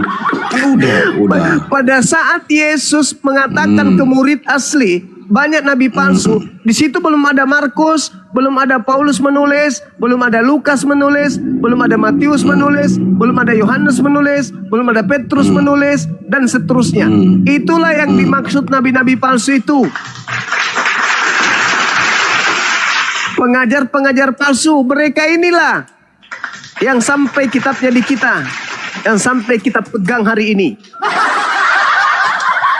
Itu, Anda harus paham itu. Dan Injil kerajaan ini, dengar, dan Injil kerajaan ini akan diberitakan ke seluruh dunia. Melalui apa? Melalui nabi-nabi palsu tadi. menjadi saksi bagi seluruh bangsa. Nabi-nabi palsu dia mengajarkan ke seluruh bangsa. Sesudah itu barulah tiba kesudahannya. Kapan tiba kesudahannya? Pada saat Nabi Muhammad SAW datang membatasi kemudian pengabaran mereka. Fawailul lilladzina yaktubuna alkitaba biaidihim tsumma yaquluna hadza min indillah. Maka Al-Quran datang meluruskan itu. Berhenti mereka. Sekarang yang muncul apa? Terjemahan, direvisi, terjemahan. Malah terjemahannya mereka sebut Injil itu mengikut kepada bahasa Quran. Halilintar. Itu jelas itu, saudaraku. Jadi, nabi palsunya, lalu kemudian penyesatnya, memakai nama Yesus, itu semua tergenapi. Satu hal. Tunggu. Saudaraku. Haleluya. Sedikit lagi.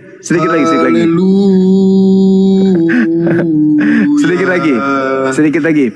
Apa kata Yesus ketika Yesus itu ingin dibunuh? Aku tahu bahwa kamu adalah keturunan Abraham. Tetapi kamu berusaha untuk membunuh aku karena firmanku tidak beroleh tempat di dalam kamu. Apa yang kulihat pada Bapa itulah yang kukatakan. Dan demikian juga kamu berbuat tentang apa yang kamu dengar dari bapakmu, iblis. Jawab mereka kepada Yesus. Bapa kami adalah Abraham. Kata Yesus menimpali itu apa katanya? Jikalau sekiranya kamu anak-anak Abraham, tentulah kamu mengerjakan pekerjaan dikerjakan oleh Abraham.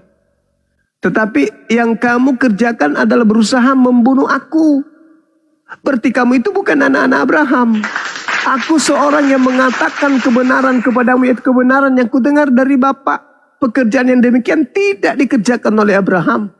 Kamu mengerjakan pekerjaan bapakmu sendiri. Bukan ajaran Abraham. Bukan ajaran Bapa Elohim. Kamu sendiri yang mau melakukan pekerjaan bapakmu itu. Jawab mereka, kami tidak dilahirkan dari zina. Bapa kami yaitu Elohim. Apa kata Yesus kepada mereka? Jikalau sekiranya Elohim adalah bapakmu, kamu akan mengasihi aku. Sebab aku keluar dan datang dari Elohim. Dan aku datang bukan atas kehendakku sendiri, melainkan dialah yang mengutus aku. Bang Juma mengasihi enggak? Oh jelas dong. Orang enggak percaya keselamatan dari Yesus gimana mengasihi? Saudaraku, coba IQ-nya itu, angkanya itu dibuka dong. Orang yang mau membunuh Yesus itu anak-anak iblis. Kalau ada orang yang menerima hadiah dari anak-anak iblis, berarti itu tidak mengasihi Yesus. Orang yang ingin membunuh Yesus. Apa kata Tuhan Yesus coba? Apa kata Tuhan Yesus coba? Pada saat dia mau dibun-bun di kayu salib. Ya itu sudah bukan Yesus. Ampunilah mereka. Karena mereka tidak mengetahui apa-apa. Itu bukan lagi Yesus. Itu bukan Yesus. Makanya dia mengatakan, wahai Bapak, orang jelas-jelas Yesus wahai Bapak, tercatat di Yohanes, ampunilah mereka, sebab mereka tidak mengetahui apa yang mereka kerjakan. Saudara, dengarkan saya. Kalau ajaran Kristen itu adalah ajaran benar, bahwasanya salib itu adalah rencana Tuhan, kenapa Yudas harus meminta taubatkan mereka kepada Tuhannya? Hah? Bukankah penyaliban itu rencana Tuhan? Ayo, kalau rencana Tuhan, berarti orang-orang yang ingin membunuh Yesus itu adalah orang yang ingin melaksanakan perintah Tuhan. Mereka adalah orang-orang penghuni surga. Kenapa? Mereka adalah pelaku firman. Tapi apa faktanya? Justru orang yang ingin membunuh Yesus itu, Yesus katakan sebagai apa? Sebagai apa? Anak-anak iblis. Kalau mereka ini ingin menggenapi apa yang dikehendaki oleh Bapa, yaitu pembunuhan terhadap Yesus orang benar demi untuk menyelamatkan orang-orang Kristen, orang jahat ini, maka Yudas tidak perlu mengatakan ampunilah dosa mereka sebab mereka tidak tahu bahwa aku ini adalah Yudas. Mereka ini tidak tahu bahwa aku ini adalah orang yang kau gunakan sebagai pengganti, sebagai penebus, orang yang benar, orang yang jujur. Ampuni dosa mereka sebab mereka tidak tahu ya Tuhan. Itu fakta tertulis di kitab saudara. Sekiranya penyaliban itu rencana Tuhan, Maka Yesus akan berkata, aku tahu bahwa kamu adalah keturunan Abraham. Makanya kamu berusaha untuk membunuh aku. Karena kamu berperoleh firman di dalam dirimu. Sebab aku datang memang untuk membunuh, untuk dosa-dosa kalian. Tapi Yesus tidak mengatakan hal tersebut. Apa kata Yesus? Aku tahu kamu keturunan Abraham. Tetapi kamu berusaha untuk membunuh aku karena apa? Karena kamu tidak memperoleh, karena firmanku tidak memperoleh tempat di dalam dirimu. Kalau penyaliban itu rencana Tuhan, berarti firman Tuhan berada dalam diri mereka para penyalib Yesus. Iblislah yang menjadi bapakmu. Kenapa Yesus mengatakan kepada mereka iblis? Karena mereka ingin membunuh Yesus. Bapakmu, sebab kamu ingin melakukan keinginan-keinginan bapakmu. Keinginan bapakmu adalah membunuh aku. Siapa itu? Iblis. Ayo, apakah yang menginginkan kemudian kematian Yesus itu adalah Bapa Elohim? Kalau iya, berarti Bapa Elohim itu adalah iblis. Bukan. Dalil, kamu mengerjakan pekerjaan bapakmu sendiri. Apa katanya? Jikalau Elohim adalah bapakmu, kamu akan mengasihi aku. Apakah sebabnya kamu tidak mengerti bahasaku? Sebab kamu tidak dapat menangkap firmanku. Iblislah yang menjadi bapakmu, dan kamu mau melakukan keinginan-keinginan bapakmu. Kalau Bapa Elohim menginginkan kematian terhadap Yesus, kenapa Yesus mengatakan iblis? Harusnya dia mengatakan, Elohimlah yang menjadi bapakmu, dan kamu ingin melakukan keinginan-keinginan bapakmu, yaitu membunuh aku, menyalib aku. Elohimlah yang menjadi bapakmu, sehingga kamu ingin membunuh aku. Sebab bapakmu Elohim menginginkan kematian diriku. Tapi apa kata Yesus? Iblislah yang menjadi bapakmu. Betul. Yang membunbun itu memang keinginan iblis, orang-orang yang menginginkan dari iblis. Makanya Yesus dibangkitkan kembali Terjawab dengan bukti bahwa dia sudah mengalahkan maut, Bang. Itu sabar. Kalau iblis menginginkan kematian terhadap Yesus, oke? Artinya iblis punya rencana. Iblis punya rencana. Makanya Yesus mengatakan apa? Di dalam Lukas 22. Ini kedua kalinya saya sampaikan. Sang kamu akui ini penyamun, sampai kau datang membawa pedang dan pentungan. Padahal setiap hari engkau melihat aku. Tetapi saatmu sudah tiba, dan saatnya kuasa kegelapan. Maka iblis ingin membunuh Yesus. Tuhan datang membawa Yesus terangkat ke langit. Leluasalah iblis. Leluasalah iblis memberikan kuasanya kepada siapapun yang dia kehendaki. Dan karena ada nubuatannya, penyesat itu memakai namaku, maka leluasalah iblis memberikan kuasa itu kepada wakilnya, dan wakilnya memakai nama Yesus. Akulah Yesus yang kau aniaya. Saudara, jangan pungkiri itu. Kalau Anda mengatakan penyaliban itu adalah kehendak Elohim, harusnya Yesus berkata, Elohimlah yang menjadi bapakmu, dan kamu ingin melakukan keinginan-keinginan bapakmu. Ia adalah yang menubuatkan membunuh manusia sejak semula. Tapi begitu, iblislah yang menjadi bapakmu, dan kamu mau melakukan keinginan bapakmu. Apa bapakmu? Keinginan bapakmu membunuh aku. Keinginan Elohim, jangan kau membunuh orang yang tidak bersalah. Jangan kau membunuh orang yang benar. Sebab aku Elohim tidak akan membenarkan orang bersalah. Keinginan iblis, bunuhlah orang benar demi menyelamatkan orang-orang jahat. Kembali. Sekarang Kristen di mana posisinya? Menerima hadiah dari Elohim melalui kematian Yesus, atau menerima hadiah dari iblis melalui kematian Yudas? Ya kalau rujukannya sih dari Matius 16 ya Bang. Matius 16:21 itu rujukan kita dari situ. Lah, Loh, dia oke. memang datang. Saya berharap saya diskusi dengan orang yang punya kecerdasan tinggi. Kalau Anda membaca Matius 16, ingat kata Yesus, "Enyalah iblis. Kamu Itu hanya untuk Petrus Bang, untuk Ya, iya, untuk betul, Petrus betul, karena Petrus menghalang-halangi Menghalangi untuk apa? adanya terjadi penyaliban itu. Apa yang ada dalam pikiran Petrus? Pikiran Petrus adalah pikiran manusia dan iblis, bukan pikiran Elohim. Tunggu, iya, betul. Sekarang apa yang dipikirkan oleh Petrus? Kalau Yesus terus ke sana, dalam pikiran Petrus apa? Yesus akan Dia takut dibun-bun, Yesus. Nah, makanya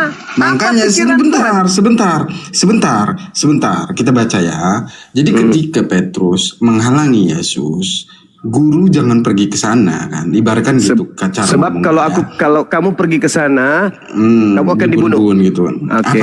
Apa kata Yesus coba? Nyala kau iblis. Karena Kau memikirkan mengikuti- pikiran manusia. bukan mengikuti kehendak Bapa. Oke, Nah, kehendak oke. Bapa maunya Yesus datang ke sana dan Oke. mati disalibkan. Oh, nenekmu kiper itu pikiran manusia. Itu ada datanya, Bang. Saya ulang lagi. Kutunjukkan Iya, datanya ya, kutunjukkan nomor 23. datanya ya. Saya hafal itu sudah di luar tumit itu, di luar tumit. Sekarang begini. Harus tumit pula. Sekarang begini. Matius 23 di situ, Matius 16:23 di situ. Saya ulang lagi pertanyaan kedua kalinya nih. Petrus berpikir apa ketika Yesus ke sana? Mati. Pikiran Tuhan harus kebalikan dari pikiran Petrus, betul? Nah, Petrus memang iblis gitu loh. Tunggu, Gini Bang. Saudara, jangan gengsi terhadap kebenaran. Dengar saya. Kenapa Yesus mengatakan Petrus iblis? Karena Petrus bertolak belakang pikirannya dengan Tuhan. Betul? Betul dong? Nah, kita sepakat dulu nih. Pikiran Petrus apa, Bang? Mati, dibunuh. Oke, pikiran Bapak berarti harus mati Kebalikan dong? dari itu. Oh, enggak dong. Itu pikiran Petrus. Enggak begitu, Bang. Enggak begitu. Lah. Nih, Kamu kubaca hanya ya. memikirkan apa Kubaca. yang dipikirkan manusia. Kamu tidak memikirkan apa yang dipikirkan Tuhan. Yang dipikirkan manusia, Yesus mati dibunuh. Enggak. Betul? Bukan. Kenapa dia menarik ke samping kalau bukan itu pikirannya Petrus? Kenapa dia mencegahnya ke sana kalau bukan itu pikirannya Petrus? Pikiran Petrus, mati kau Yesus. Kalau kau ke sana kau mati. Di sana kekuatan berlapis-lapis. Kau ke sana seorang diri, kau mati pasti. Betul? Ya, karena Yesus tahu perintah Bapak memang harus datang ke sana untuk mati disalibkan. Tunggu dulu. Petrus mengatakan mati kalau ke sana. Betul? Kata Yesusnya, Sabar dia dulu. harus pergi ke Yerusalem dan menanggung banyak penderitaan dari pihak tua. Saya paham itu. Saya ngerti. Itu 21. Sekarang kita berpikir dulu nih. Petrus berpikir, guru, please, aku nggak punya siapa-siapa, please, jangan mati dulu. Kalau kau ke situ kau pasti mati, betul? Itu pikiran Petrus, betul? Iya dong. Pikiran Petrus takut mati. Yesusnya, Petrus takut Yesusnya mati, betul? Iya betul. Pikiran Tuhan harus terbalik dari situ. Apa kata Tuhan? Baca Mazmur 91. Walaupun 1000 orang rebah di kananmu, 10.000 rebah di kirimu, sedikit pun tidak akan menyentuhmu. Engkau hanya menonton orang-orang pengkhianat, orang-orang fasik. Kau hanya menyaksikan kebesaran Tuhanmu. Tidak akan ada yang bisa mencederaimu sedikit pun, karena Tuhan adalah batu perlindunganmu. Petrus mengatakan, Yesus please, jangan ke situ, kau akan mati. Di sana sudah siap algojo. Apa kata Tuhan? Hei, nenekmu kiper, seluruh manusia kau kumpulkan untuk ingin membunuh, tidak akan pernah sedikit pun tersentuh. Jangankan dibunuh, kena penyakit paru pun tidak. Itulah Yesus mengatakan, enyahlah iblis, kamu hanya memikirkan apa yang dipikirkan manusia lemah. Kau tidak memikirkan apa yang dipikirkan Tuhanku yang maha kuasa. Tuhanku maha kuasa menyelamatkan aku meskipun aku sudah dikelilingi oleh singa, harimau, buaya, kadal, padale. Makanya dikatakan, sabar dulu. Harus bertentangan antara pikiran. Andai saja Petrus berkata tidak menarik Yesus, lantas kemudian dia dadat tuh si Petrus. Aku menjagokan guruku. Silakan kalian berkongko-kongko dengan Romawi. Lengkap senjatamu. Guruku Ada tidak tertulis akan begitu. mati. Nggak tertulis begitu, Bang. Nah, dan tertulis begitu. Tetapi faktanya, Petrusnya menarik Yesus. Ya kan? Berarti dia takut gurunya mati. Berarti dia tidak mengandalkan gurunya. Dia lupa kalau backingan gurunya itu adalah Sang Yang Maha Kuasa. Makanya dia mengatakan apa?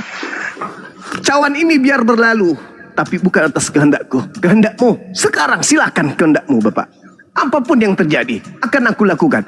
Maka ketika dia ke sana, apa kata Yesus? Dalam Yohanes 7. Nomor 28 kalau nggak salah. Apa katanya? Tidak ada seorang pun yang bisa mengambil nyawaku. Tidak ada. Siapapun dia, tidak ada yang bisa mengambil nyawaku, kata Yesus. Jadi Yesus itu tak ada takut-takutnya. Bapak perlindungannya, meskipun dia sudah terancam, maka kata Allah di dalam Ali Imran apa? Ingatlah wahai Isa, aku mengangkatmu, aku mengambilmu dan mengangkatmu ke sisiku. Wa ma katalu wa ma salabu. Malah Yesus mengajarkan kepada kita satu ilmu di Matius 4 ketika dicobai oleh iblis. Jikalau ente adalah anak Elohim, kau sudah dinubuatkan banyak-banyak di dalam kitab terdahulu. Buang dirimu ke bawah.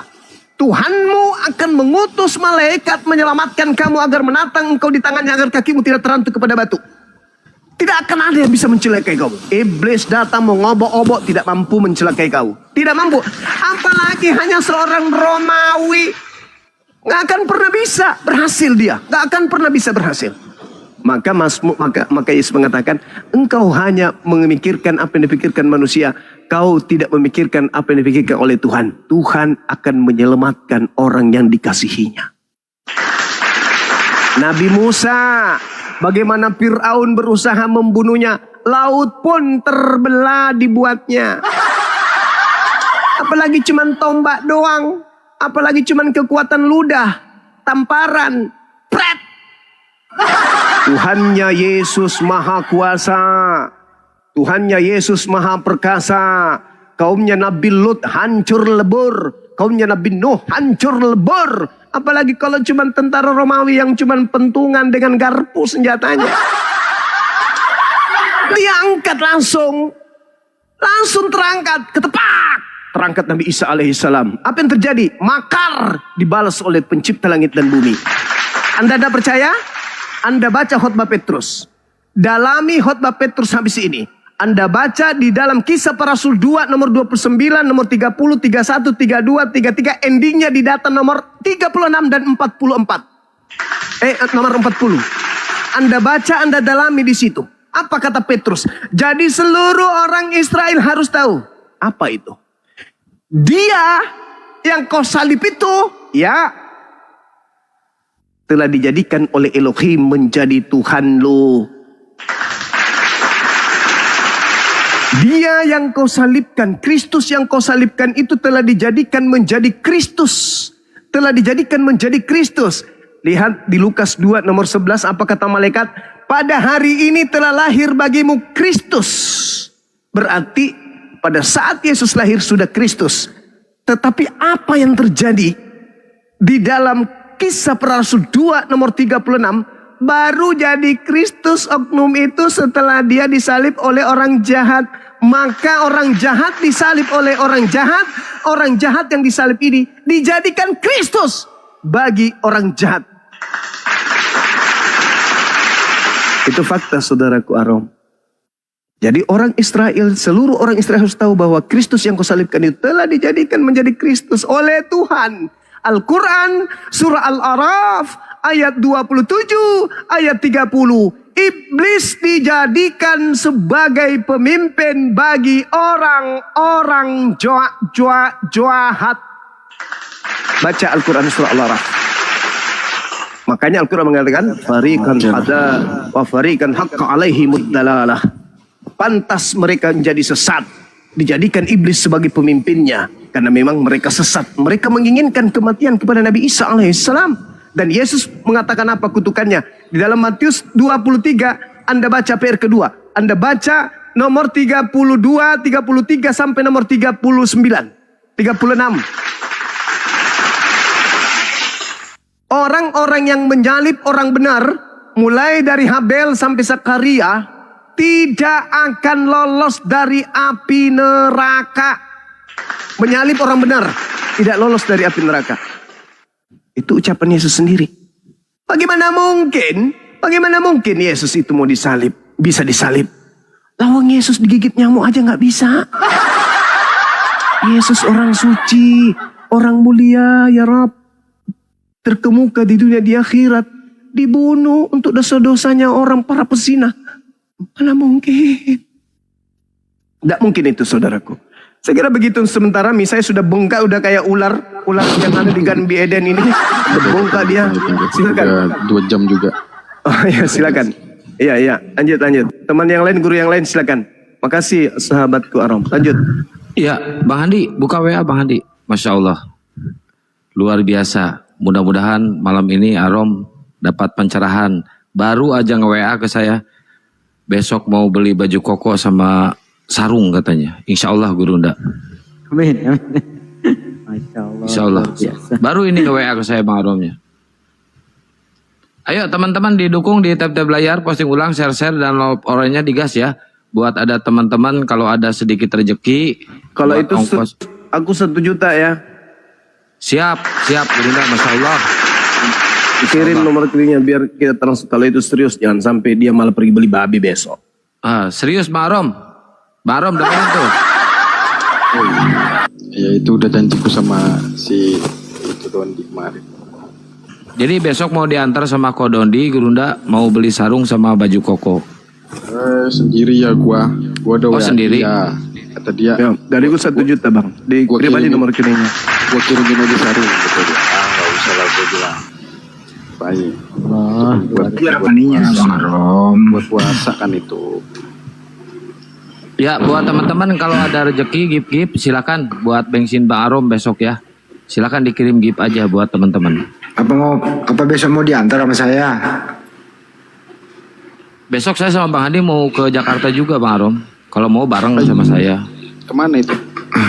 Ke Tanah Abang ayo beli baju koko sama sarung.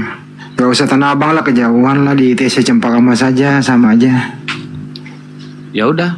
Kan sambil besok kan mau undangan Pak Arif.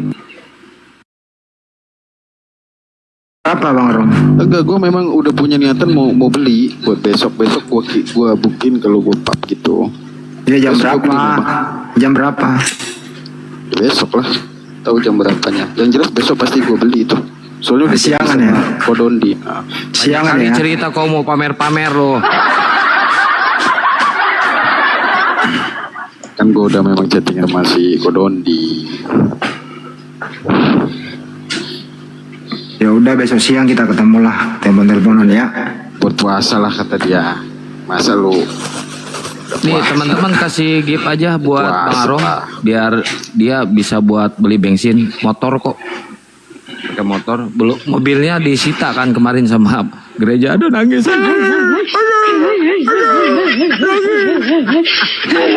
Mobil ikut disita.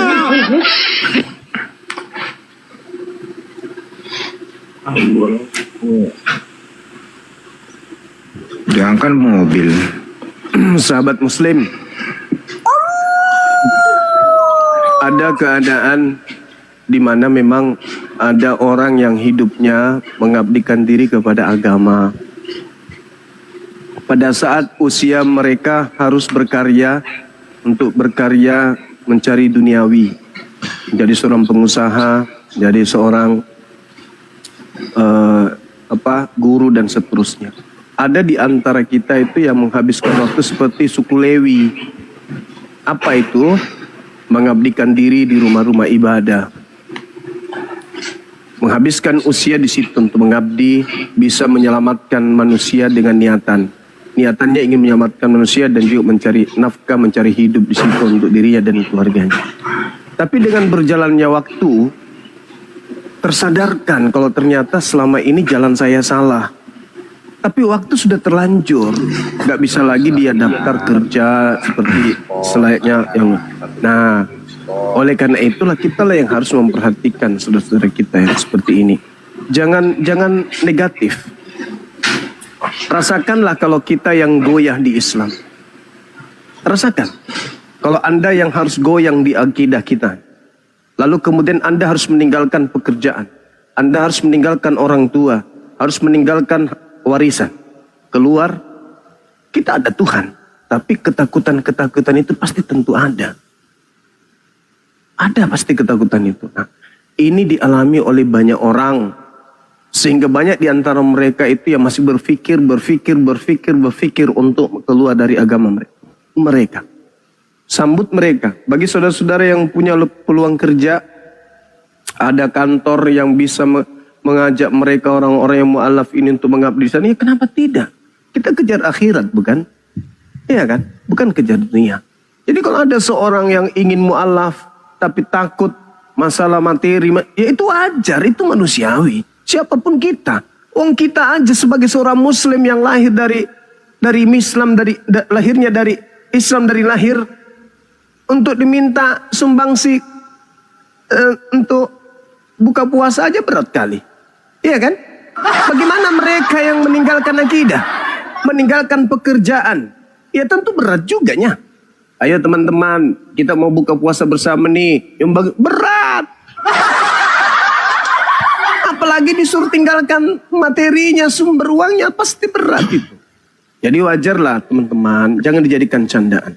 Jadi kalau ada orang mualaf itu betul-betul itu takut. Sebenarnya aku sudah yakin Islam itu, tapi kan orang begitu masuk Islam bukan langsung hebat, enggak teman-teman, langsung punya duit. Kecuali mereka memang yang punya usaha yang bagus, usahanya usaha pribadi, tidak ketergantungan sama orang lain. Begitu masuk Islam mereka kuat ekonomi. Wajarnya itu. Karena Islam itu memang kan diuji toh. Kita diuji dan salah satu ujiannya itu adalah materi, harta. Nah kita lah sebagai muslim ini yang sanggup, kalau kita hanya uang 1.000 kita takut. Uang 1.000 rupiah takut. Hari ini saudara berlebih tetapi tidak membantu saudaranya yang mu'alaf, takut hartanya. Jangan sampai ketika Tuhan menghendaki supaya kalian itu mengeluarkan infak sedekahnya, Anda tidak keluarkan, besok kena bisul, tepat di bibir, besarnya seperti kedondong. Dan sembuhnya 3 bulan kemudian. Setelah 3 bulan tidak mengecil, cuman sakitnya yang hilang. 3 bulan ke depan agak mengecil, tetapi dia sebesar bola pingpong. Habis itu warnanya menghitam. Nah, apa gunanya duit kalau sudah kayak gitu? Nggak ganteng lagi hanya gara-gara berimpak kepada mu'alaf. Berat sekali. Berat sekali. Padahal saudaraku, cara Allah menghapus dosa kita itu banyak. Apa cara-caranya? Kenapa Islam itu mudah kemudian untuk masuk ke surga? Karena jalannya masuk ke surga itu memang gampang. Anda punya harta, ada yang membutuhkan, tinggal Anda salurkan. Nih, saudaraku Bang Suma, aku titip hartaku. Nanti aku ambil di akhirat. Nanti aku ambil di alam kubur. Nanti aku ambil di alam barzah. Ini aku titip 1 miliar. Lillahi ta'ala. Transfer. Udah selesai. Apa yang terjadi? Anda sudah punya harta yang Anda bawa melalui saya. Gitu loh. Ini udah banyak DM nanti nih. Bang Suma minta rekeningnya dong. Aku mau titip harta saya untuk ke surga. Ini aja Gurunda dari barusan aja nge-WA nih. Siapa tuh? Tokoh kita Deddy Mizwar, Pak Haji. Subhanallah, aku jadi malu. WA ke saya nih. Jadi malu. Saya guruku. bacain ya. Kalau betul Pak Arom mau syahadat, saya undang khusus untuk hadir di gala premier film saya tanggal 9 Februari 2026 dan beberapa apologet Islam di Inspektrum jam 19 film Rumah Tanpa Cahaya Epicentrum.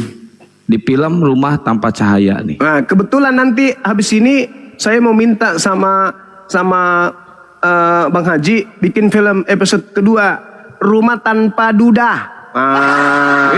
Saya itu mah. Artinya rumah tanpa duda itu artinya rumah tanpa duda itu dudanya sudah nikah gitu maksudnya. Dudanya tersinggung. Emang lu pikir lu sendiri yang duda? Bang Arom Cuma besok, enak. Kalau saya Bang Arom nggak besok, lagu. Bang Arom besok bisa ketemu jam berapa kita? Belum tahu. Belum tahu gua Kang Andi. Soalnya gua mau beli itu dulu. Gua mau konfirmasi ke Dondi dulu kan. Iya, bareng gua belanjanya. Gua udah beli bareng itu. gua. Ini Bareng kalau gua belanjanya. Bang Andi, kalau Ya. sahabat kita Bang yang nangkap Goldia itu dengar, bisa jadi dibuat kerja. Cari itulah sekalian gue beli itu gitu. Kemarin makanya WA-an sama Bodondi kan, bahwa pas YouTube-nya itu udah viral itu kan, nah jadi masalah kan. Nangis baca di gereja. Terus masalah sebenarnya lu jujur ya sama gua. Ya lu semua diomongin. Jangan terlalu dibuka lah, Kang, kasihan dia. Saya kalau nggak ngebully searom sehari aja, aduh demam saya Bang Andi.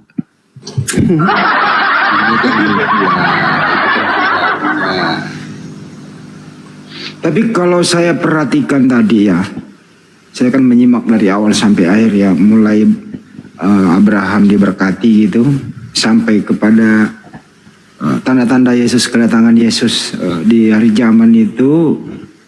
Arom ini masih bertahan banget bagaimana iman Kristen itu.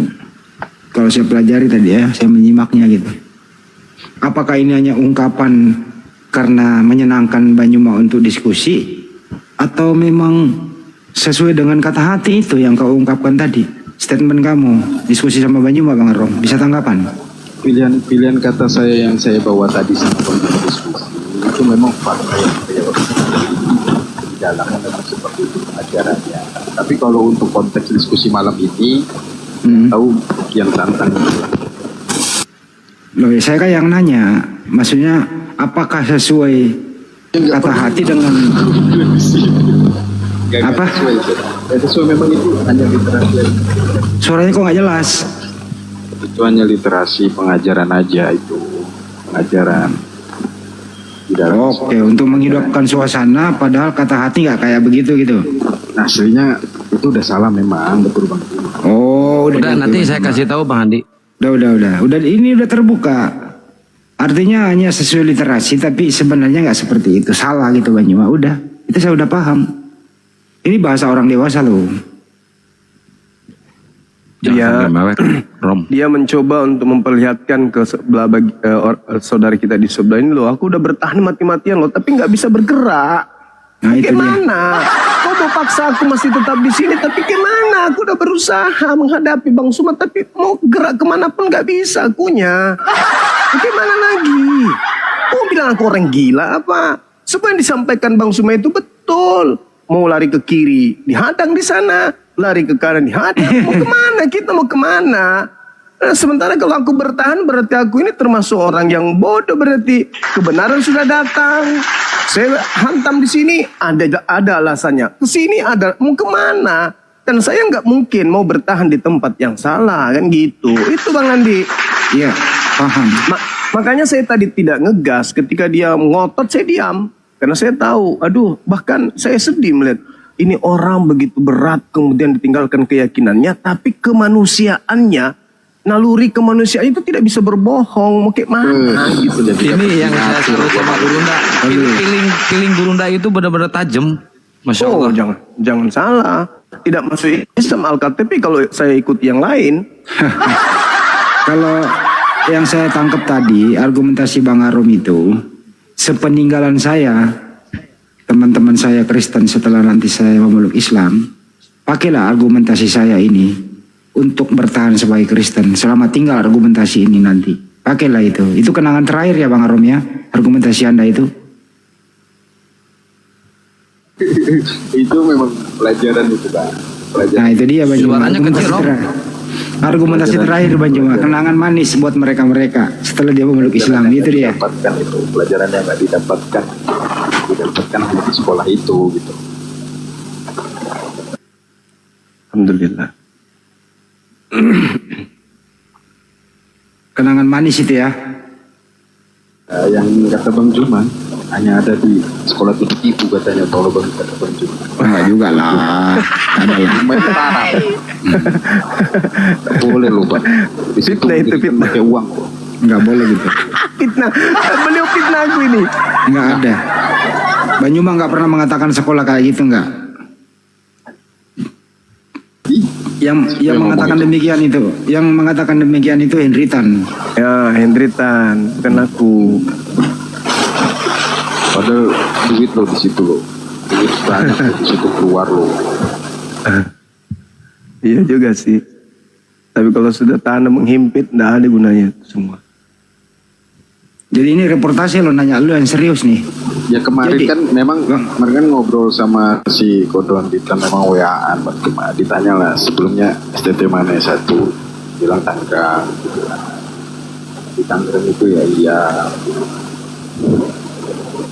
terus ya bisa ada lah Bang Arom, suara lu kecil suara lu nggak jelas suaranya ya. kecil. Coba baca surat Al-Ikhlas dulu, Rom. Bentar dulu, mau nanya dulu nih. Perbaiki dulu suaranya. Belum. Coba Belum. tes, coba tes. coba Oke, sekali lagi saya nanya Bang Rom. Argumentasi lu tadi diskusi sama Banyuma itu sesuai kata hati apa enggak?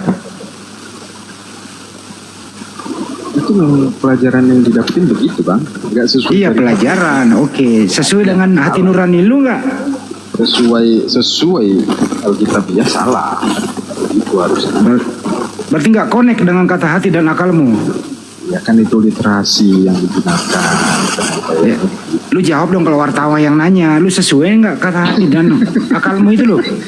Susah kali kau ah. kagak lah Ya, itu kagak. bener itu memang Oke Banyuma, udah dijawab, kagak. Udah. Mau kayak mana? Berat itu, berat. Berat.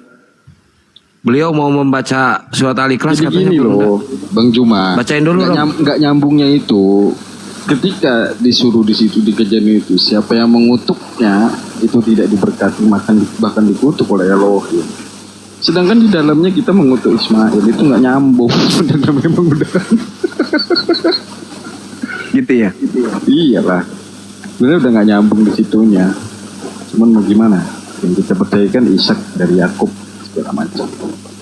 Nggak lari ke Ismail. Ismail kan pernikahan dengan budak kan. Ah, kan? Ngutuk. Iya, makanya nggak nyambung. Ya kan? Aduh. Saudaraku ini. Tapi kok bisa kamu ya memaksakan argumentasimu itu nggak sesuai dengan hati nurani dan akalmu? Kok bisa kamu bisa bertahan lama kayak gitu? Ya biar ilmu di STT-nya kepake. Oh, melatih Daripada diri. mubazir. Iya. Iya dong. Udah keluar banyak duit. Mahal. Paling alot nih Arom ini nih ngegiringnya. Apa nggak takut Bang Arom nanti di luar sana ini settingan loh? Ini settingan bukan? Ya, memang saya udah nggak keras lagi. Semuanya memang nggak keras. Ini bukan settingan ya, benar-benar lu serius tadi ya diskusinya ya.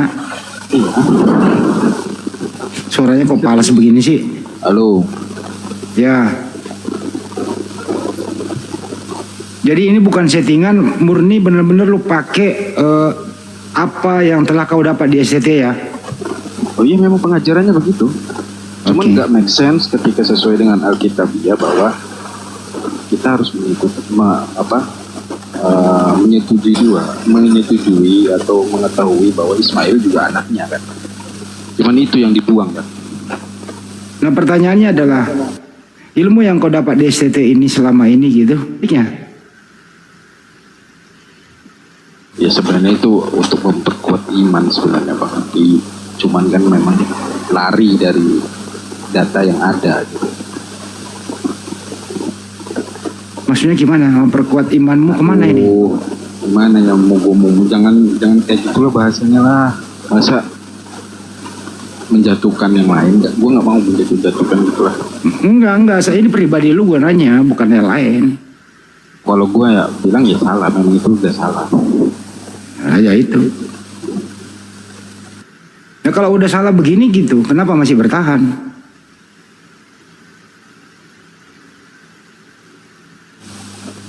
Apa ya? Karena belum bisa ini aja Bang, belum bisa dengan hukum-hukum yang ketat aja Bang. Apa? Hukum-hukum yang ketat, banyak kali ketatnya kan. Kalau di kalian kan ketat kalau di kalian. Masalah, coba apa kira-kira yang mengganggu lu sehingga belum memutuskan mengucapkan 2 kalimat syahadat? Banyak larangannya di kalian. Contoh, Banyak pun. Minum nggak boleh. apalagi? Cewek-cewek ucapan semua. Ada yang Minum, seksi. cewek, apalagi? Seksi. Hai. Nah, pokoknya ada yang dipertanggungjawabkan lah karena mencari pahala dan dosa di kalian. Ini duniawi Kita kan- banget ini Banyuwangi ini. Kita kan memang nggak ada Iya. dosa dan pahala. Kita kan sudah diselamatkan.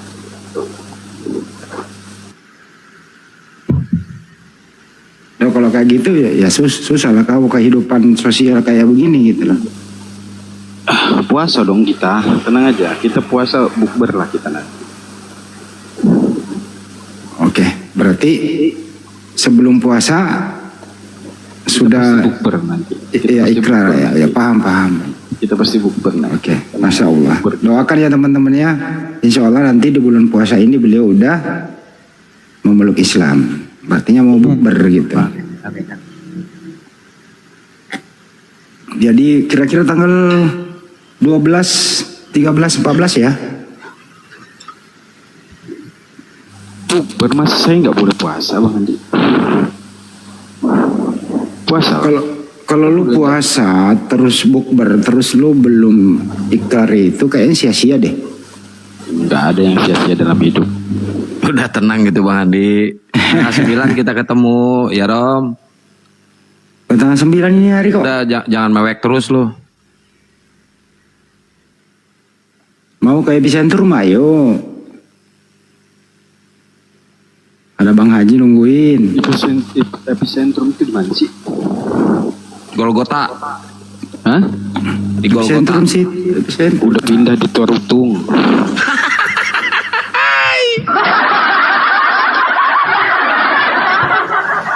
Ada 2 nih epicentrum atau di Kuningan Bang Andi.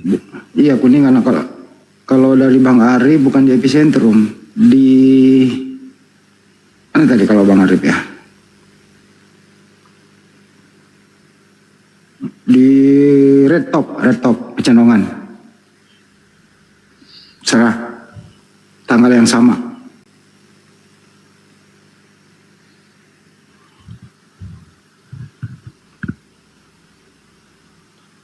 Ada yang ngomong aja ke Istiqlal. Bang Arum udah pernah ke Istiqlal kan? Enggak nanti di itu aja di tempat Pak Haji. Pernah lah. Iya. Masuk pun udah pernah saya. Cuman nggak masuk. Enggak, ke dalam. jangan. Masuk gerbangnya. Nanti di tempat Pak Haji. Banyak makanan di sana Bang Andi. Kalau puasa apalagi banyak makanan. Lu otaknya makanan terus kasih luga. Kalau nggak makan matilah.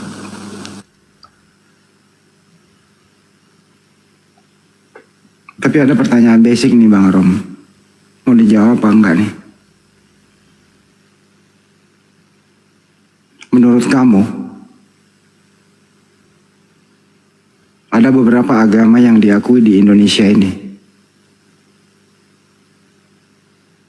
Kalau kamu disuruh dipaksa memilih di akhir hidupmu, kau memilih agama yang mana?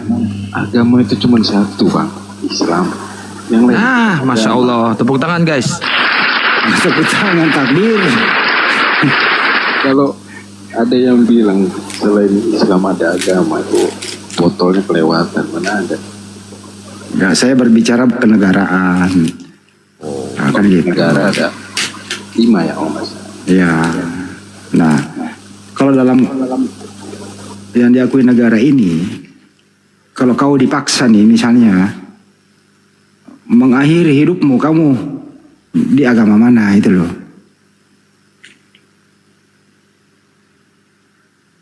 Kan jelas ayatnya bahwa janganlah kau mati, Suaranya kecil banget tuh Rom. janganlah kau mati dalam keadaan kafir, melainkan harus memeluk Islam, gitu kan. Ini Bang Andi nggak peka dari tadi aja. Iya, Bang. Kan diisi Kang daripada nggak ada yang ngomong.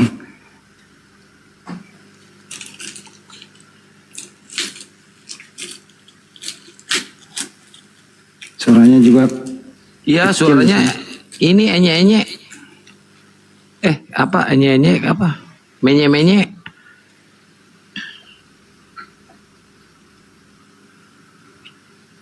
Baju kokonya ukuran apa Rom? XL ya? Apa double XL? Excel. Oh XL. Oke. Besok gue cari sama Bokin.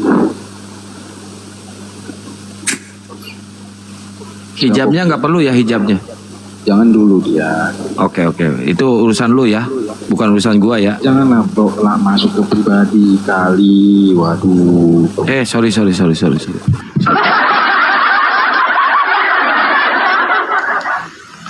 Oh, ini gara-gara Bang Juma ini. Gara-gara Jangan Bang Juma. jangan lupa nanti juga Bang Rom ya, ini loh ya. Yang itu. Bang Rom, Kalau ngobrol Bang kita Rom, hari saya umumkan dulu di hari ke-8 bulan puasa. Itu ya, jangan lupa saksikan di SCTV film jangan, para nggak usah. para Malu pencari gua. Tuhan. Malu gua, nggak usah. Malu. Nggak gua. mau dia pernah jadi pendeta Malu. lagi Bang Andi. Malu. Saya nggak umumkan lu. Ya. Malu. Ini Hari ke-8 itu episode 8 enggak. ya udahlah, nggak usah sebut episodenya lah ya. Teman-teman nanti di bulan suci Ramadan. Nggak usah. Ini Bang Haji. Nggak usah. Para pencari Tuhan di SCTV teman-teman. Promosiin aja filmnya apa. Udah. Iya, filmnya para pencari Tuhan di SCTV menemani Anda sahur, menanti sahur gitu loh. Aku nonton pasti. Ya, itu. Masolang generasi. Masalah generasi. Itu gue minta ini kok, minta edit nanti. Di situ ada yang pernah jadi pendeta Gurunda. Iya, aku buat piti nanti. Parah sih. Selamat tinggal rumah lama.